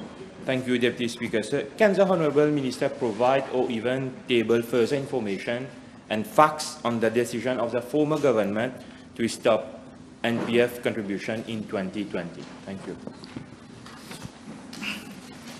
In the name of time, I can either table the response or I can answer it. It's up to the Speaker to decide. It's long, you better table it. Okay, thank you, Mr. Speaker. Sure I'll table the rest of the answer. We've got 5 minutes to go. Honourable First Member for Pito Rivière du Rempart. Mr. Deputy Speaker, sir, B625. Thank you. Mr. Deputy Speaker, sir, I am informed that the road segment under consideration covers an approximate length of 5.4 kilometers, starting at the Fourback roundabout on motorway M2, passing through Cottage and Fourback Road B181, and extending till the junction of Fourback Road B42 with Potre-d'Or B16 road. The posted speed along these roads is 60 kilometers per hour. Mr. Deputy Speaker, sir, with regard to part A of the question, along the 5.4 kilometer stretch of road, the following road safety features already exist. Traffic lights at the junctions of Fourback Road B42 at Beau Plateau Road B43 and at the entrance of Cottage. Number 2, 2 raised speed tables near Community Health Center and Quincaillerie Saint-Benoît at Cottage. Number 3, a speed camera near Big Splash Sports Club in the region of L'Espérance Trébuchet along Fourback Road B42. Moreover, the following additional measures will be implemented in the forthcoming Framework Agreement Contract 2025-2027 to further improve road safety along these stretches of the road. Installation of raised pavement markers, known also as cat signs. Construction of raised speed table in the vicinity of pre-primary school at Fourback. Provision of pedestrian crossing near Mina Bazaar at Cottage. Creation of a 40-kilometer speed zone along the built-up area at Cottage Village. Construction of a raised speed table at Restaurant Le Manguier at Cottage along B42 Road. Construction of a raised pedestrian crossing at L'Espérance Trébuchet near an existing bus lay-by along B42 Road. Construction of 2 raised speed tables in the vicinity of the village hall and Lad Hardware shop at Potre-d'Or Hamlet. Provision of traffic lights at the junction of Fourback B42 Road with Potre-d'Or B16 Road near the temple at Potre-d'Or Hamlet. With regard to part B, one of the question, the yellow box at the junction of the petrol filling station at L'Espérance Trébuchet has already been implemented by the TRMSU. Furthermore, the TRMSU will investigate whether the L'Espérance Trébuchet junction can be controlled with traffic lights while maintaining safe in and out movements at the petrol filling station, which is located at the corner of Fourback Road B42 and Royal Nav-Ketan Road. Regarding part B of the question, lastly, Mr. Speaker, I have checked with the Traffic Management and Road Safety Unit and was told that it has not been made aware of the Potre-d'Or Hamlet Traffic Center. However, site visits were held in the past for a proposed traffic center at the junction of Fourback B42 Road and Potre-d'Or B16 Road near the temple. Thank you. Okay. The table has been advised that the following PQs have been withdrawn.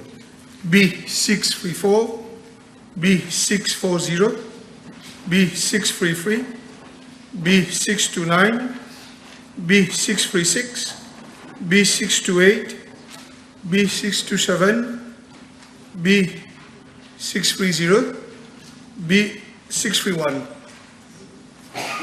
Time is over. Motion. Motion. Mr. Deputy Speaker, I move that all the business on today's order paper be exempted from the provisions of paragraph 2 of Standing Order 10. Please. Seconded. Seconded by the Honourable Minister of Housing. The question is that all the business on today's order paper be exempted from the provisions of paragraph 2 of Standing Order 10. Those in favour say aye. Aye. Those against say no. The ayes have it. Statement by Minister. Statement, yes, Honourable Minister of Social Integration, Social Security and National Solidarity.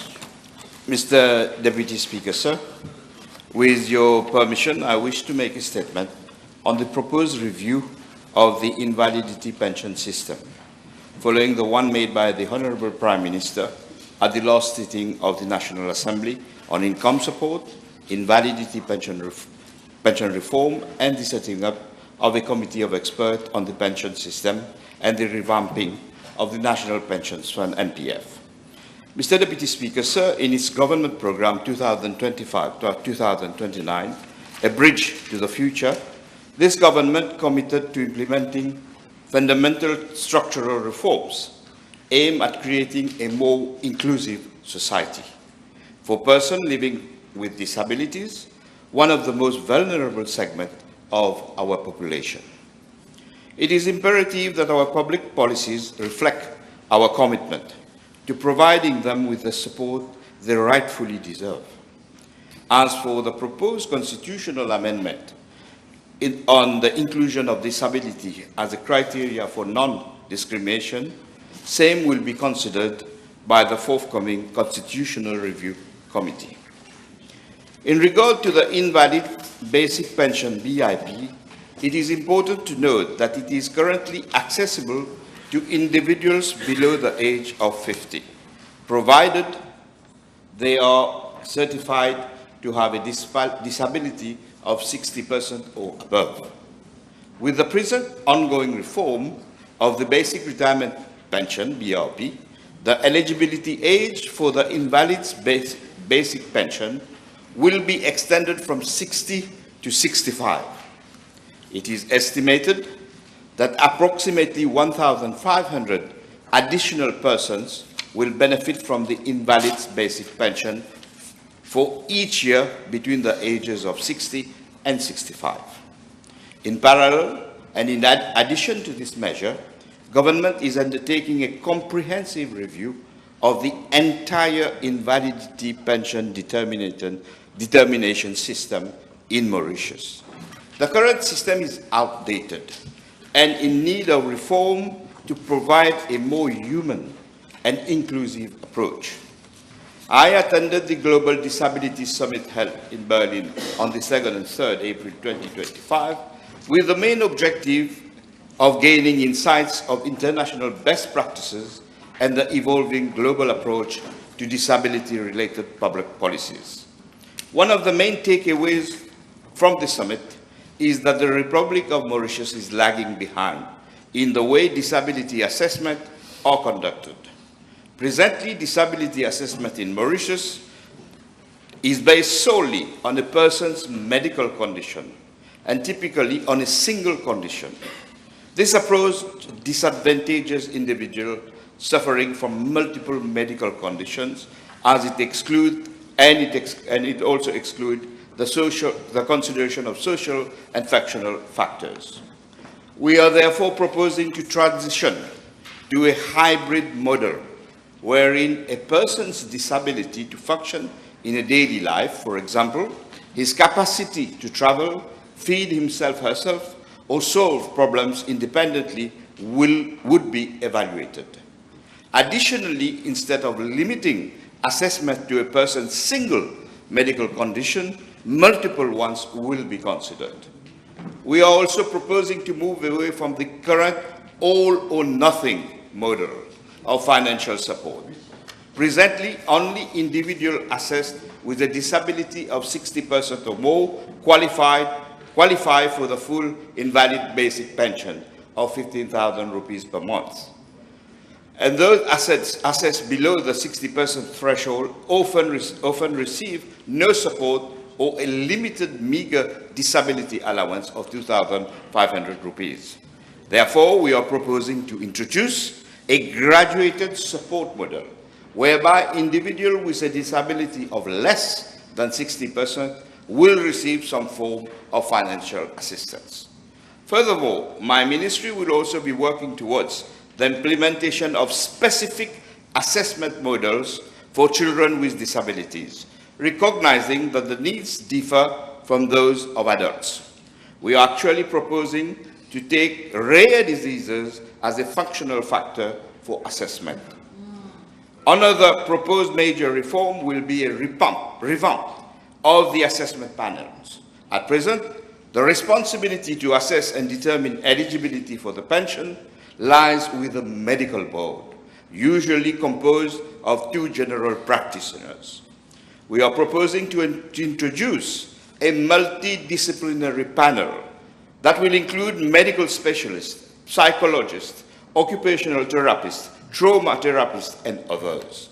We are also considering the inclusion of representatives of persons with disabilities in the panel to ensure that the prospective persons with disabilities are present.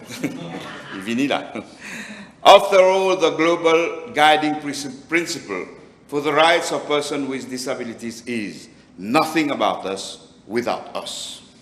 The assessment panel will also be multidimensional and will enable assessment of different types of disabilities-related benefits at one go. Mr. Deputy Speaker, sir, I believe that in the context of the present reform of the whole pension system, it was essential to communicate to the population the vision of my ministry and of the government on the proposed invalid basic pension reform. In the context of the above, my ministry is preparing a cabinet memorandum to be submitted shortly to the Cabinet of Ministers, which, of course, will take into consideration the present budgetary constraint. Thank you, Mr. Deputy Speaker, sir. Yes. Public bill, second reading. Honorable Attorney General.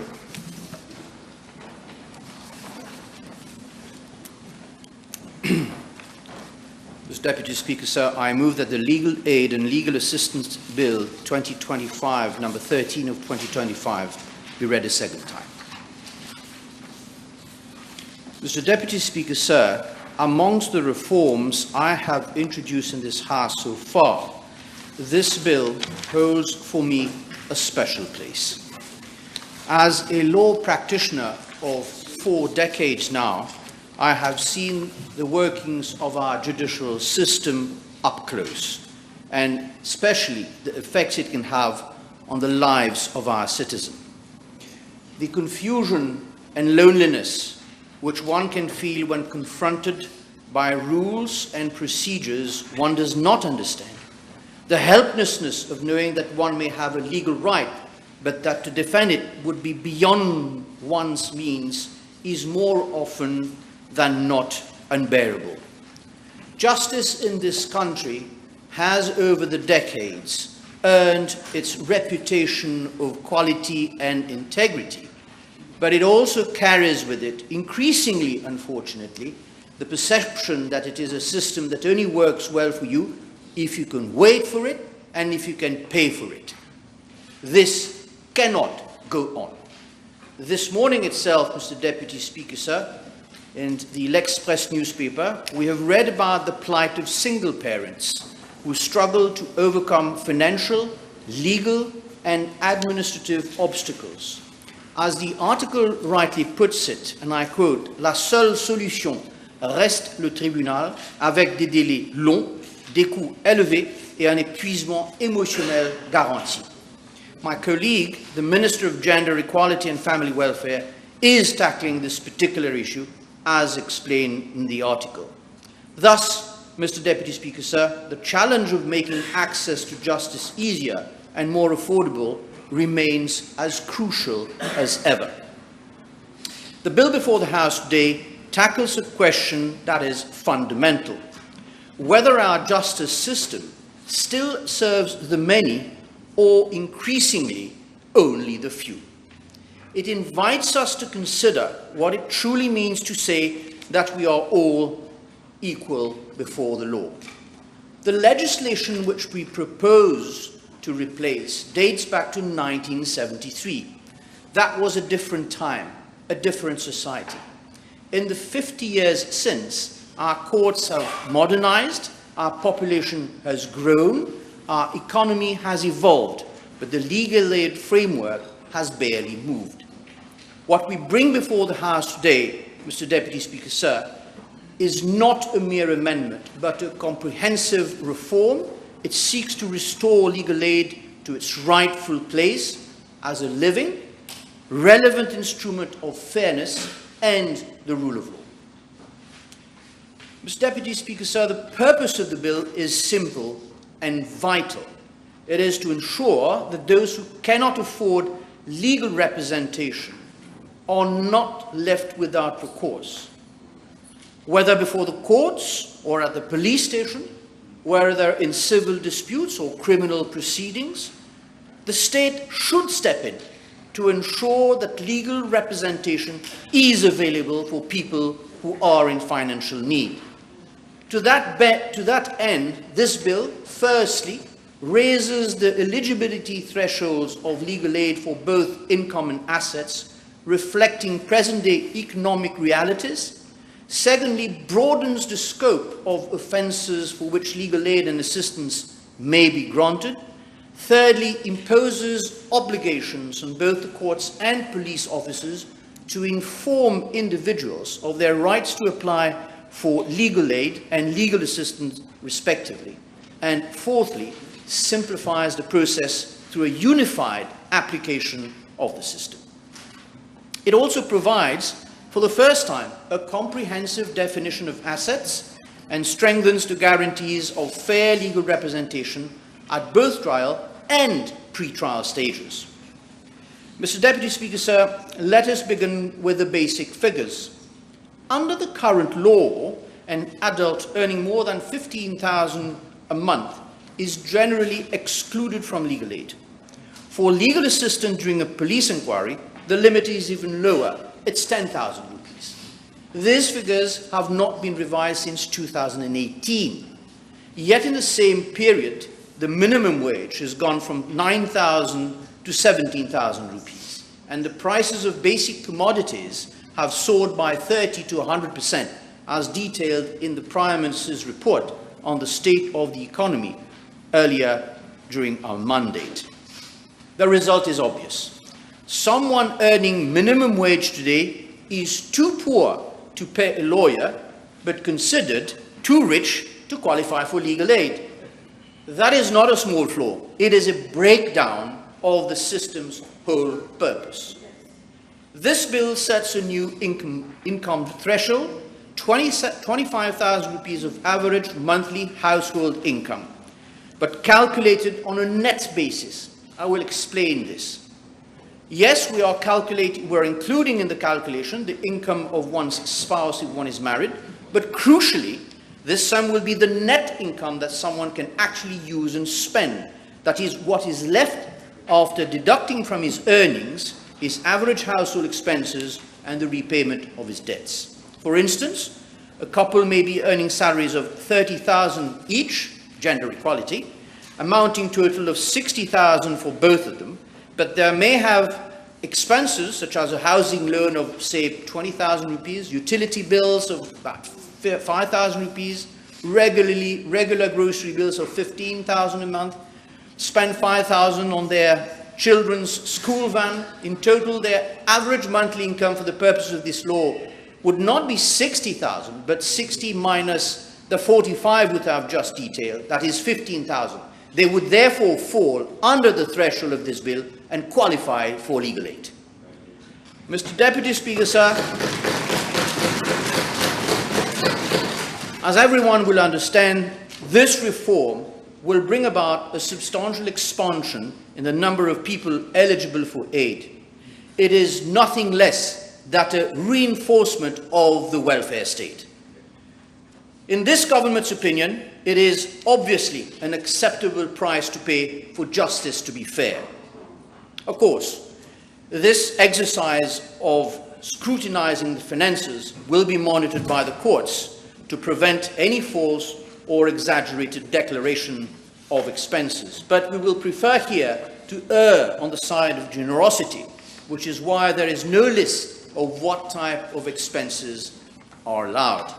The reason, Mr. Deputy Speaker, sir, is that experience has taught my colleagues and me at the bar that almost no one who can easily afford to pay for their own lawyer will instead choose a court-appointed one instead, not when their legal rights or their freedom is at stake.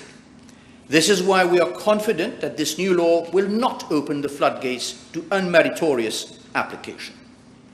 Mr. Deputy Speaker, sir, the spouse's income will, however, not be counted in divorce or separation matters, which is only just and reasonable. The maximum value of assets to be eligible will also increase from 500,000 rupees to 1 million rupees, excluding, as the law will have it, clothing, work tools, and the subject matter of the case. This again reflects the rising cost of living. This bill also provides for a broader definition of assets to include not just cash and bank deposits, but also investments with non-bank institutions, shares, bonds, stakes in companies, etc., whether in Mauritius or abroad. Despite these stated thresholds, the court is given a margin of discretion in cases where a person of low income may still own assets worth more than 1 million rupees. Because there can be times when, for instance, it would be unfair to ask someone of low means to sell an inherited plot of land just to defend a case against him, especially if that land is still on a division. Mr. Deputy Speaker, sir, these are practical, sensible reforms, but they are also moral choices. We bring them not because they are popular.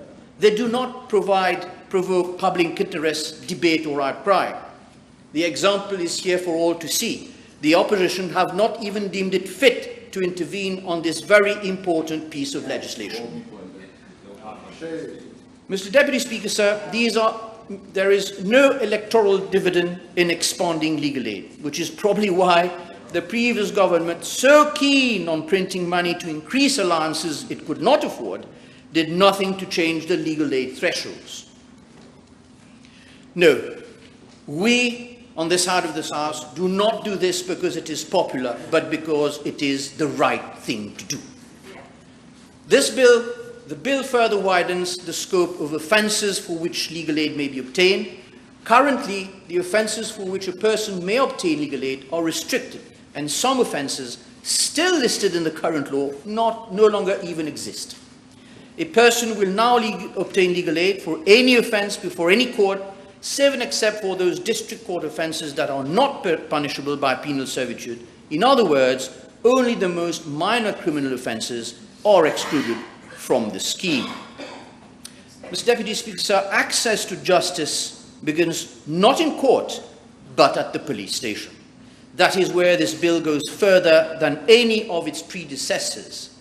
Legal assistance, as opposed to legal aid, which is the right to be advised and represented during police inquiry or bail hearings, has until now been available only for a narrow list of serious offences. The new bill removes that restriction. Legal assistance will now be available for any offence that may lead to an arrest. Moreover, police officers will be under legal duty to inform any person under arrest in a language they understand of their right to legal assistance, particularly before any statement is taken under warning. This aligns our legal framework with the best traditions of due process and protects both the rights of the accused and the integrity of our criminal justice system. These changes will also benefit the legal profession and the administration of justice more broadly. By widening the base of legal aid recipients, the bill ensures a more diverse flow of cases for court-appointed counsel. This is particularly valuable for the younger members of the bar. As many honourable members will know, there is a growing number of junior barristers who struggle to gain meaningful court experience. Legal aid cases, be they in family, civil or criminal matters, offer real exposure and real responsibility. Barristers and attorneys assigned under the scheme are required to accept such briefs unless disqualified by conflict of interest or manifest lack of competence and expertise. They may not claim or receive any sum from the recipient of legal aid, but they are paid a modest fee by the court.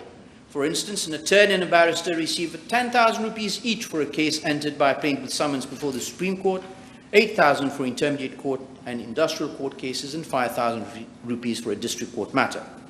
A barrister appointed for a bail hearing or assistant at the police station is paid 5,000 rupees and only 15,000 rupees for representing a client at the assizes. The relationship is governed by professional duty, not market transaction. This is why the practice of law is not a business, and that is why we are not traders, and this bill ensures that it remains so. Mr. Deputy Speaker, sir, allow me to walk the honourable members today briefly through the structure of the bill.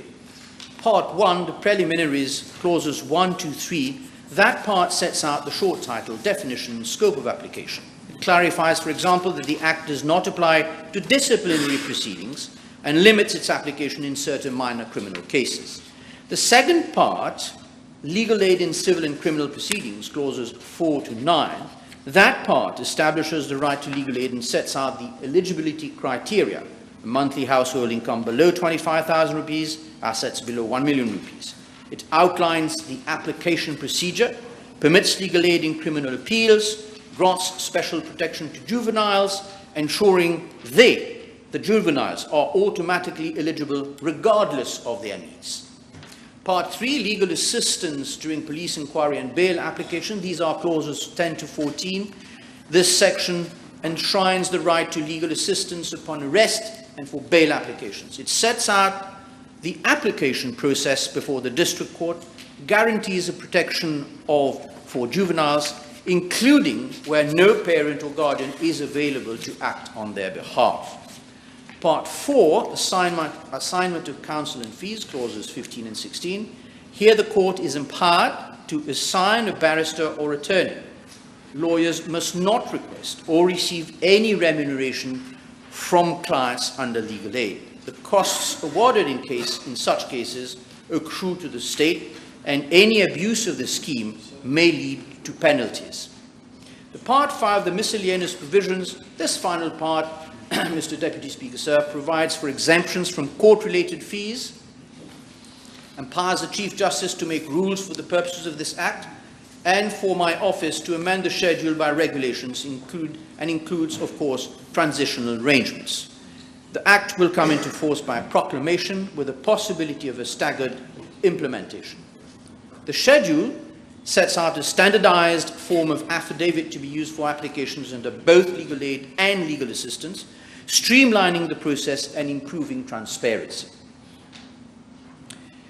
This bill, Mr. Deputy Speaker, sir, will therefore improve the lives of many who find themselves at their most vulnerable before a magistrate or a police officer, or in the quiet loneliness of legal proceedings they cannot afford.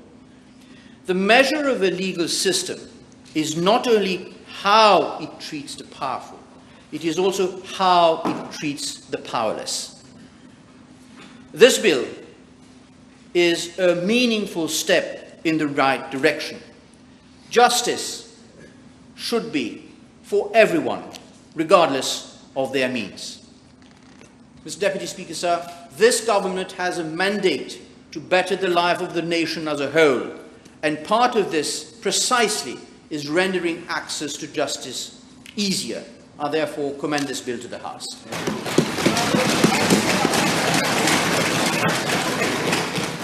Honourable Nausingen, you have the floor for 15 minutes.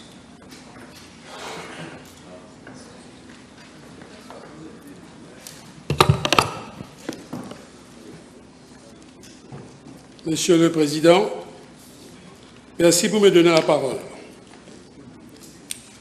I find on the list of speakers,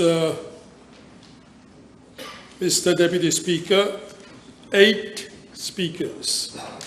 Unfortunately, this is a very important bill, and I think the Attorney General has rightly pointed out, this is not only a cosmetic amendment, not a cosmetic change, it is a fundamental change for the poor people. And we, on this side of government, we are in favor of the poor people, and it is for the population to take note of this absence. As we are speaking about access to justice, I'm sandwiched whether to intervene in English, French. Mr. Deputy Speaker, I would have asked you the permission to speak in Creole.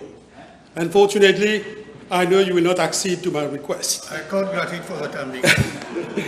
But I would prefer to intervene in the language of Molière because first and foremost, you are addressing to the poor people.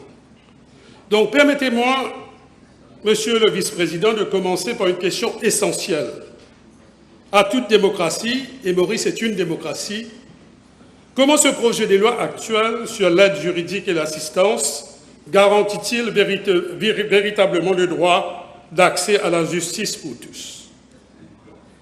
D'abord, je suis dans une démarche, je dirais, beaucoup plus pédagogique que technique comme l'Attorney General. D'abord, j'essaye d'expliquer c'est quoi un état de droit et ce principe accès à la justice. Dans un état de droit, Monsieur le Vice-président, la justice ne peut être un privilège réservé à ceux qui en ont les moyens.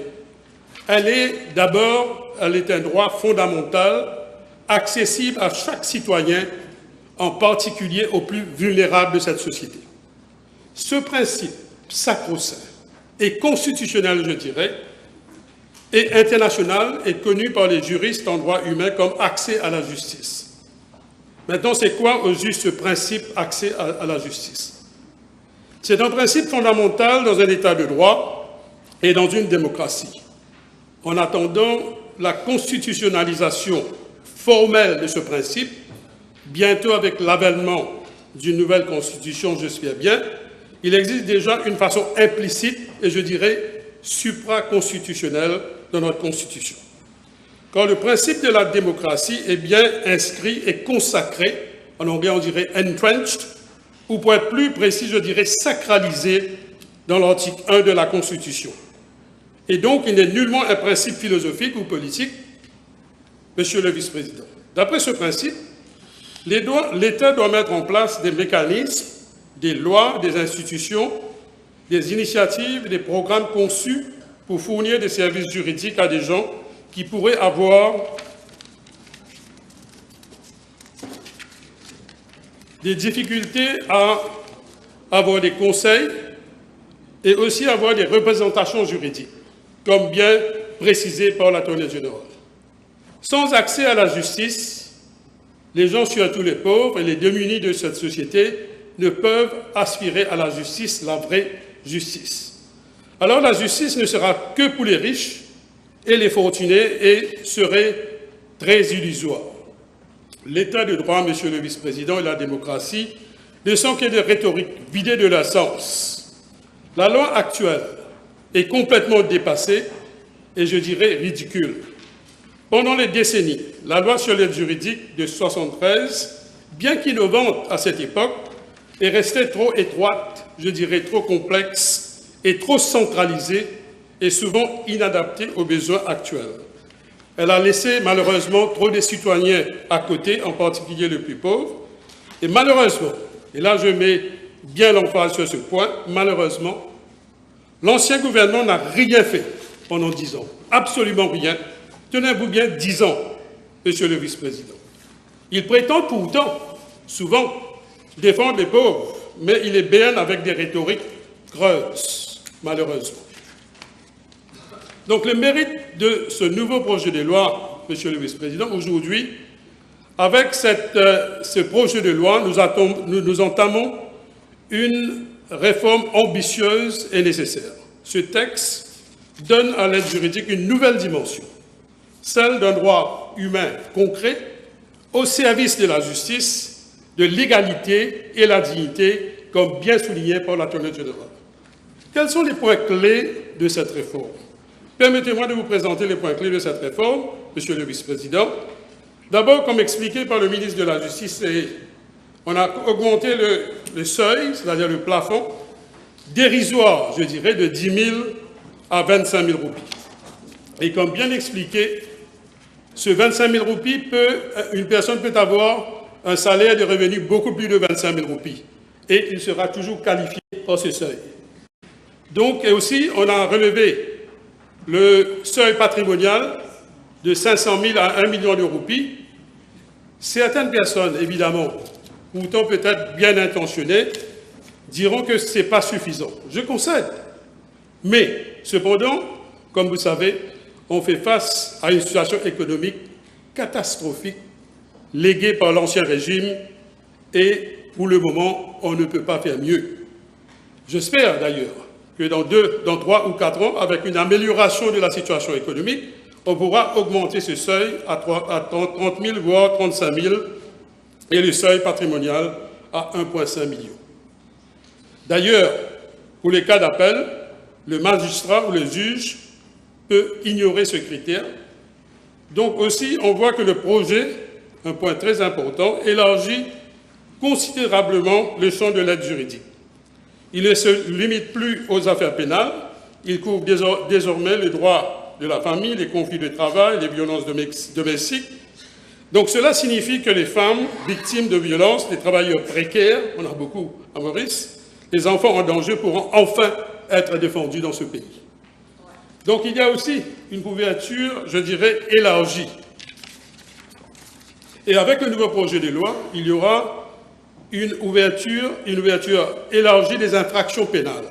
La loi de 1973 couvrait des délits punissables par servitude pénale, or que le nouveau projet de loi va couvrir des délits passibles d'arrestation.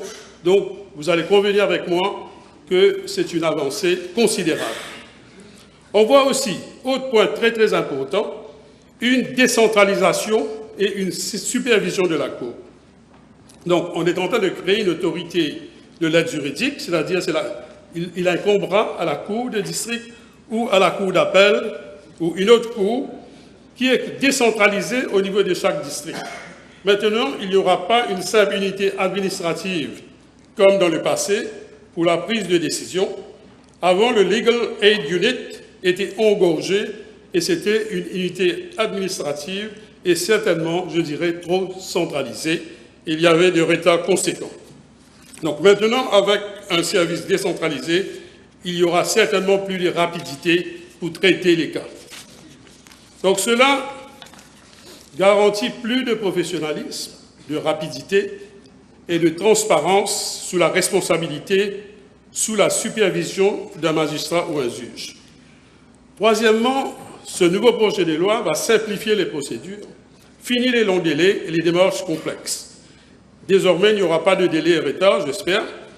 La procédure devient plus simple avec des formulaires simples à remplir qui est inclus dans l'annexe. Cependant, il faut, je dois dire, l'Attorney General, le gouvernement a fait leur travail, mais il faut un personnel aussi adéquat et dévoué pour faire ce travail. Donc là, on vient à une autre idée, là où il y a une sorte de révolution, et si le mot révolution est trop fort, je dirais du moins innovation. Donc le projet de loi impose un devoir légal cette fois-ci aux policiers et aussi aux tribunaux d'informer toute personne arrêtée de son droit à l'aide juridique et aussi assistance dans leur langue. Et ça, c'est très important. Et immédiatement. On reprend d'ailleurs certaines dispositions de la Constitution similaires qui sont consacrées dans l'article 10 de la Constitution pour les mettre dans une loi ordinaire à l'encontre d'une loi constitutionnelle. C'est cela l'accès à la justice et non les rhétoriques creuses qui émanaient de l'ancien gouvernement. Et qui en bénéficiera le plus? Les pauvres. les oubliés, les enfants placés, les réfugiés, les personnes handicapées certainement.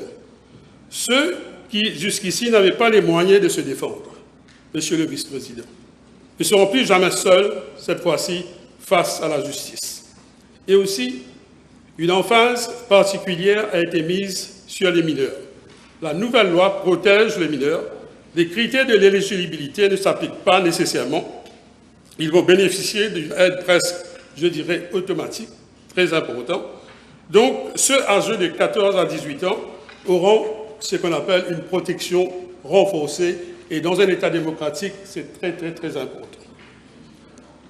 Donc, même en l'absence des parents, les mineurs pourront bénéficier de l'aide juridique et de l'assistance.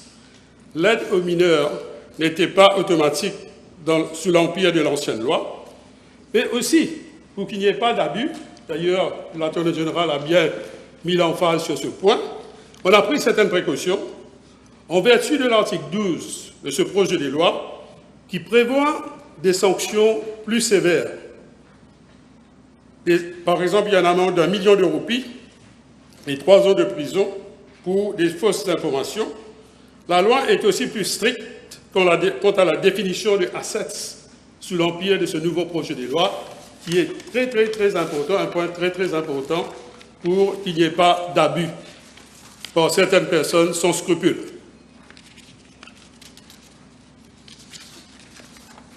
Et aussi, autre point que je remarque, Monsieur le Vice-président, honorables membres, ce projet de loi s'inspire également des meilleures pratiques internationales. Je vous invite à lire le United Nations Principles on Guidelines and Access to Legal Aid, un document très important, et je pense que d'ailleurs, Monsieur l'Attorney General, votre bureau s'est inspiré de certains de ces principes. Donc Maurice rejoint un mouvement mondial pour humaniser le droit. Et ça, c'est très, très important, humaniser le droit et le mettre au service des démunis et des pauvres de notre société. Mais on ne doit pas dormir sur nos lauriers. Honorables membres, pourquoi? Parce que l'essentiel reste à venir. Il faut mettre en œuvre cette loi. Elle doit être accompagnée par des moyens humains, surtout financiers et aussi institutionnels. Les policiers, les magistrats, les avocats doivent être formés. Le public doit être informé, point capital, je dirais important. Les résultats doivent être suivis, évalués et aussi publiés. Le gouvernement et le ministre de la Justice, certainement, ont fait un travail remarquable. Cependant, il faut impérativement implémenter, je suis en train de conclure, Monsieur le Vice-président, il faut veiller à ce que la Cour fasse leur travail. Veiller à ce que les avocats ou avoués fassent aussi leur travail. Qui pourra évaluer si l'avocat désigné pro bono a bien fait son travail? Ce n'est pas parce que c'est pro bono qu'il faut bâcler le travail, Monsieur le Vice-président. Il faut aussi des règles qui émanent de l'autorité judiciaire pour sanctionner, je dirais bien, les quelques brebis galeuses de la profession légale. C'est beaucoup plus qu'une réforme, c'est un engagement démocratique et ce gouvernement ne se sert pas seulement des rhétoriques sans agir. Engageons-nous, honorablement, pleinement pour faire vivre cette loi. Faisons en sorte qu'à Maurice, la justice ne soit ni un privilège, ni un marché, mais un droit réel et garanti pour toutes et tous. Il faut, avec le temps, faire disparaître la pratique de droit à deux vitesses, ou du moins, cette perception d'un droit à deux vitesses. Personne n'est au-dessus de la loi. Pas même d'ailleurs les magistrats, pas même les juges et les employés dans les judiciaires. Ensemble, avec eux, on doit éradiquer cette réalité décriée, ou du moins cette perception. Ce gouvernement, avec une série de législations récentes, prouve qu'il va au-delà des rhétoriques creuses, comme l'ancien gouvernement, malheureusement, qui se tient avec honneur dans les corps des démunis, ce présent gouvernement. Un gouvernement socialiste. Oui, un socialiste, je dirais, modéré, mais aussi responsable. On peut être un grand socialiste, mais responsable. Les deux leaders de cette alliance croient dans la consolidation de notre démocratie et les élus de cette alliance y croient. Merci pour votre attention, Monsieur le Vice-président. Thank you. Honorable Suivez. Thank you, Mr. Deputy Speaker, sir. Today I rise to support the introduction of the proposed Legal Aid and Legal Assistance Bill. This bill is an initiative that reflects the strong political will and commitment of our government to strengthen the rule of law. This bill upholds one of the most fundamental principles of our democracy, our constitution, and our shared values as Mauritians. By modernizing our legal aid system, the bill has demonstrated a deep awareness of the everyday struggles faced by our citizens, particularly those who have long been left behind due to financial constraints. Mr. the Deputy Speaker, sir, access to justice is a right that is enriched in our Constitution, but that right remains out of reach of too many citizens of our country today. Too many people from vulnerable groups, low-income households, from different walks of life are effectively denied access to justice simply because they cannot afford legal representation. In both civil and criminal matters, these people face the court alone, often confused and disadvantaged. This is not justice. Mr. the Deputy Speaker, sir, the former Chief Justice Lord David Neuberger of the Supreme Court of the United Kingdom and also the President of the Judicial Committee of the Privy Council has repeatedly emphasized that access to justice is a cornerstone of the rule of law. He warned that lack of legal aid funding with rising court fees and complex procedures is turning justice into a privilege for the wealthy rather than a right for all. He argued that justice must be affordable. Justice must be available to everyone, regardless of income. And government have a duty not only to create the laws, but to ensure that ordinary people can afford their rights. He went on to say that without meaningful access to the courts, the rule of law is weakened and the public confidence in justice is undermined. In short, Lord Justice Neuberger emphasized that access to justice is essential for the functioning of a democracy and for fairness in any modern society. He said that legal aid is the glue that holds the rule of law together.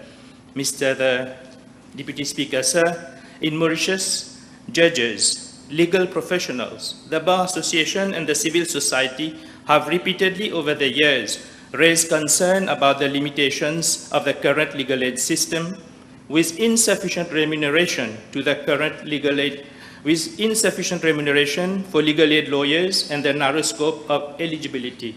But what did the previous government do? As Attorney General said earlier, nothing. They ignored the calls, they ignored the people, they ignored their duty. During all that time, too many citizens were denied legal representation simply because they could not afford it. Too many cases were delayed or abandoned by persons from vulnerable groups. Women stayed in abusive relationships. Too many children suffered in custody disputes, and too many elderly and other citizens were left without recourse to justice. That is not neglect, that is injustice. And here, Mr. the Deputy Speaker, sir, the previous MSM government had a duty to ensure equal access to justice, but unfortunately they failed to address the issues during the past 10 years in power. Justice has been delayed. As the former Prime Minister of the United Kingdom, William Gladstone, said, justice delayed is justice denied.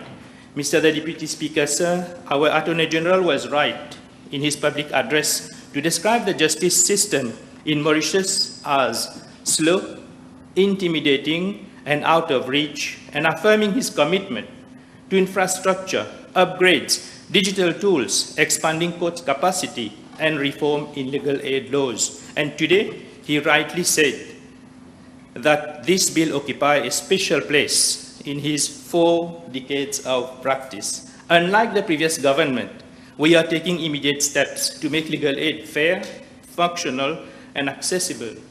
By introducing this bill, we are widening the scope of eligibility to the people of Mauritius. Mr. the Deputy Speaker, sir, this legal aid and legal assistance bill is a modern legislation that seeks to reform and revitalize our legal aid system, which has served our people for decades, but is now more than ever in urgent need of review to meet the realities of today. It has an objective to make legal aid and legal assistance accessible to all those who cannot afford legal representation in civil and criminal proceedings before any court of law by widening the range of offences and increasing the ceiling of monthly earnings. Section 4 of the bill imposes an obligation on the court to inform a person his right to legal aid before the start of proceedings to which that person is a party. The bill also provides a right to legal assistance under Section 10 and imposes an obligation on a police officer who is in charge of a police station to inform a suspect upon arrest that he may make an application for legal assistance during the recording of a statement under warning and also for bail application. Mr. the Deputy Speaker, sir, this bill affirms the idea that justice should never be reserved for few but made accessible to everyone. Section 8 of the bill empowers the court to grant legal aid to all applicants who meet the criteria under Section 5 of the Act, and it further empowers the court with a discretionary power to grant legal aid to applicants even if the asset exceeds 1 million rupees after having regard to all the circumstances of the case and in the interest of justice. In fact, the bill proposes a modern, fair legal aid system that will qualify more low-income individuals for free legal assistance in criminal and civil matters and make sure that the system is transparent and efficient. Section 9 and Section 14 of the bill ensures that legal aid and legal assistance are available to juvenile through their parents, legal guardian, or other persons, and further ensure that if no one is available to represent the juvenile, the court will go ahead to grant the legal aid. Mr. the Deputy Speaker, sir, the bill provides that upon application through sworn affidavit, it is the court that shall assign a barrister or an attorney or both. Barristers and attorneys who have been assigned shall not refuse assistance without furnishing good reason to the Chief Justice. And payment will be done to the lawyers from the consolidated fund as specified in Section 15 of the bill. Mr. the Deputy Speaker, sir, to make the system more effective, the bill further provides that if there is an award for costs in favor of the applicant who was granted legal aid, then the said award for costs shall be deemed to be in favor of the government, unless specified otherwise, and shall be recovered by the Attorney General and deposited in the consolidated fund as stated in Section 16 of the Act. The bill further makes provision under Section 17 to exempt those who were granting legal aid from payment of stamp duty, registration dues, usher fees, witnesses' fees, and court fees. Mr. the Deputy Speaker, sir, this bill gives a wide range of powers to the Chief Justice to act independently and make such rules as he or she thinks fit for the purpose of the Act. In fact, the bill demonstrates a thoughtful balance between legal expertise and social responsibility, and a clear sign that our legal institutions are evolving to meet the real needs of our people. The effort to modernize and expand legal aid and to make it more inclusive and accessible, this is a significant milestone in the pursuit of a more just and equitable society. Mr. the Deputy Speaker, sir, Rosalie Abela, a Queen judge from the Supreme Court of Canada, says that there is no justice without access. It is as simple and as complex as that, and goes on to say that access to justice is the most basic human right, and without it, other rights are meaningless. Justice must be accessible in practice, not just in principle.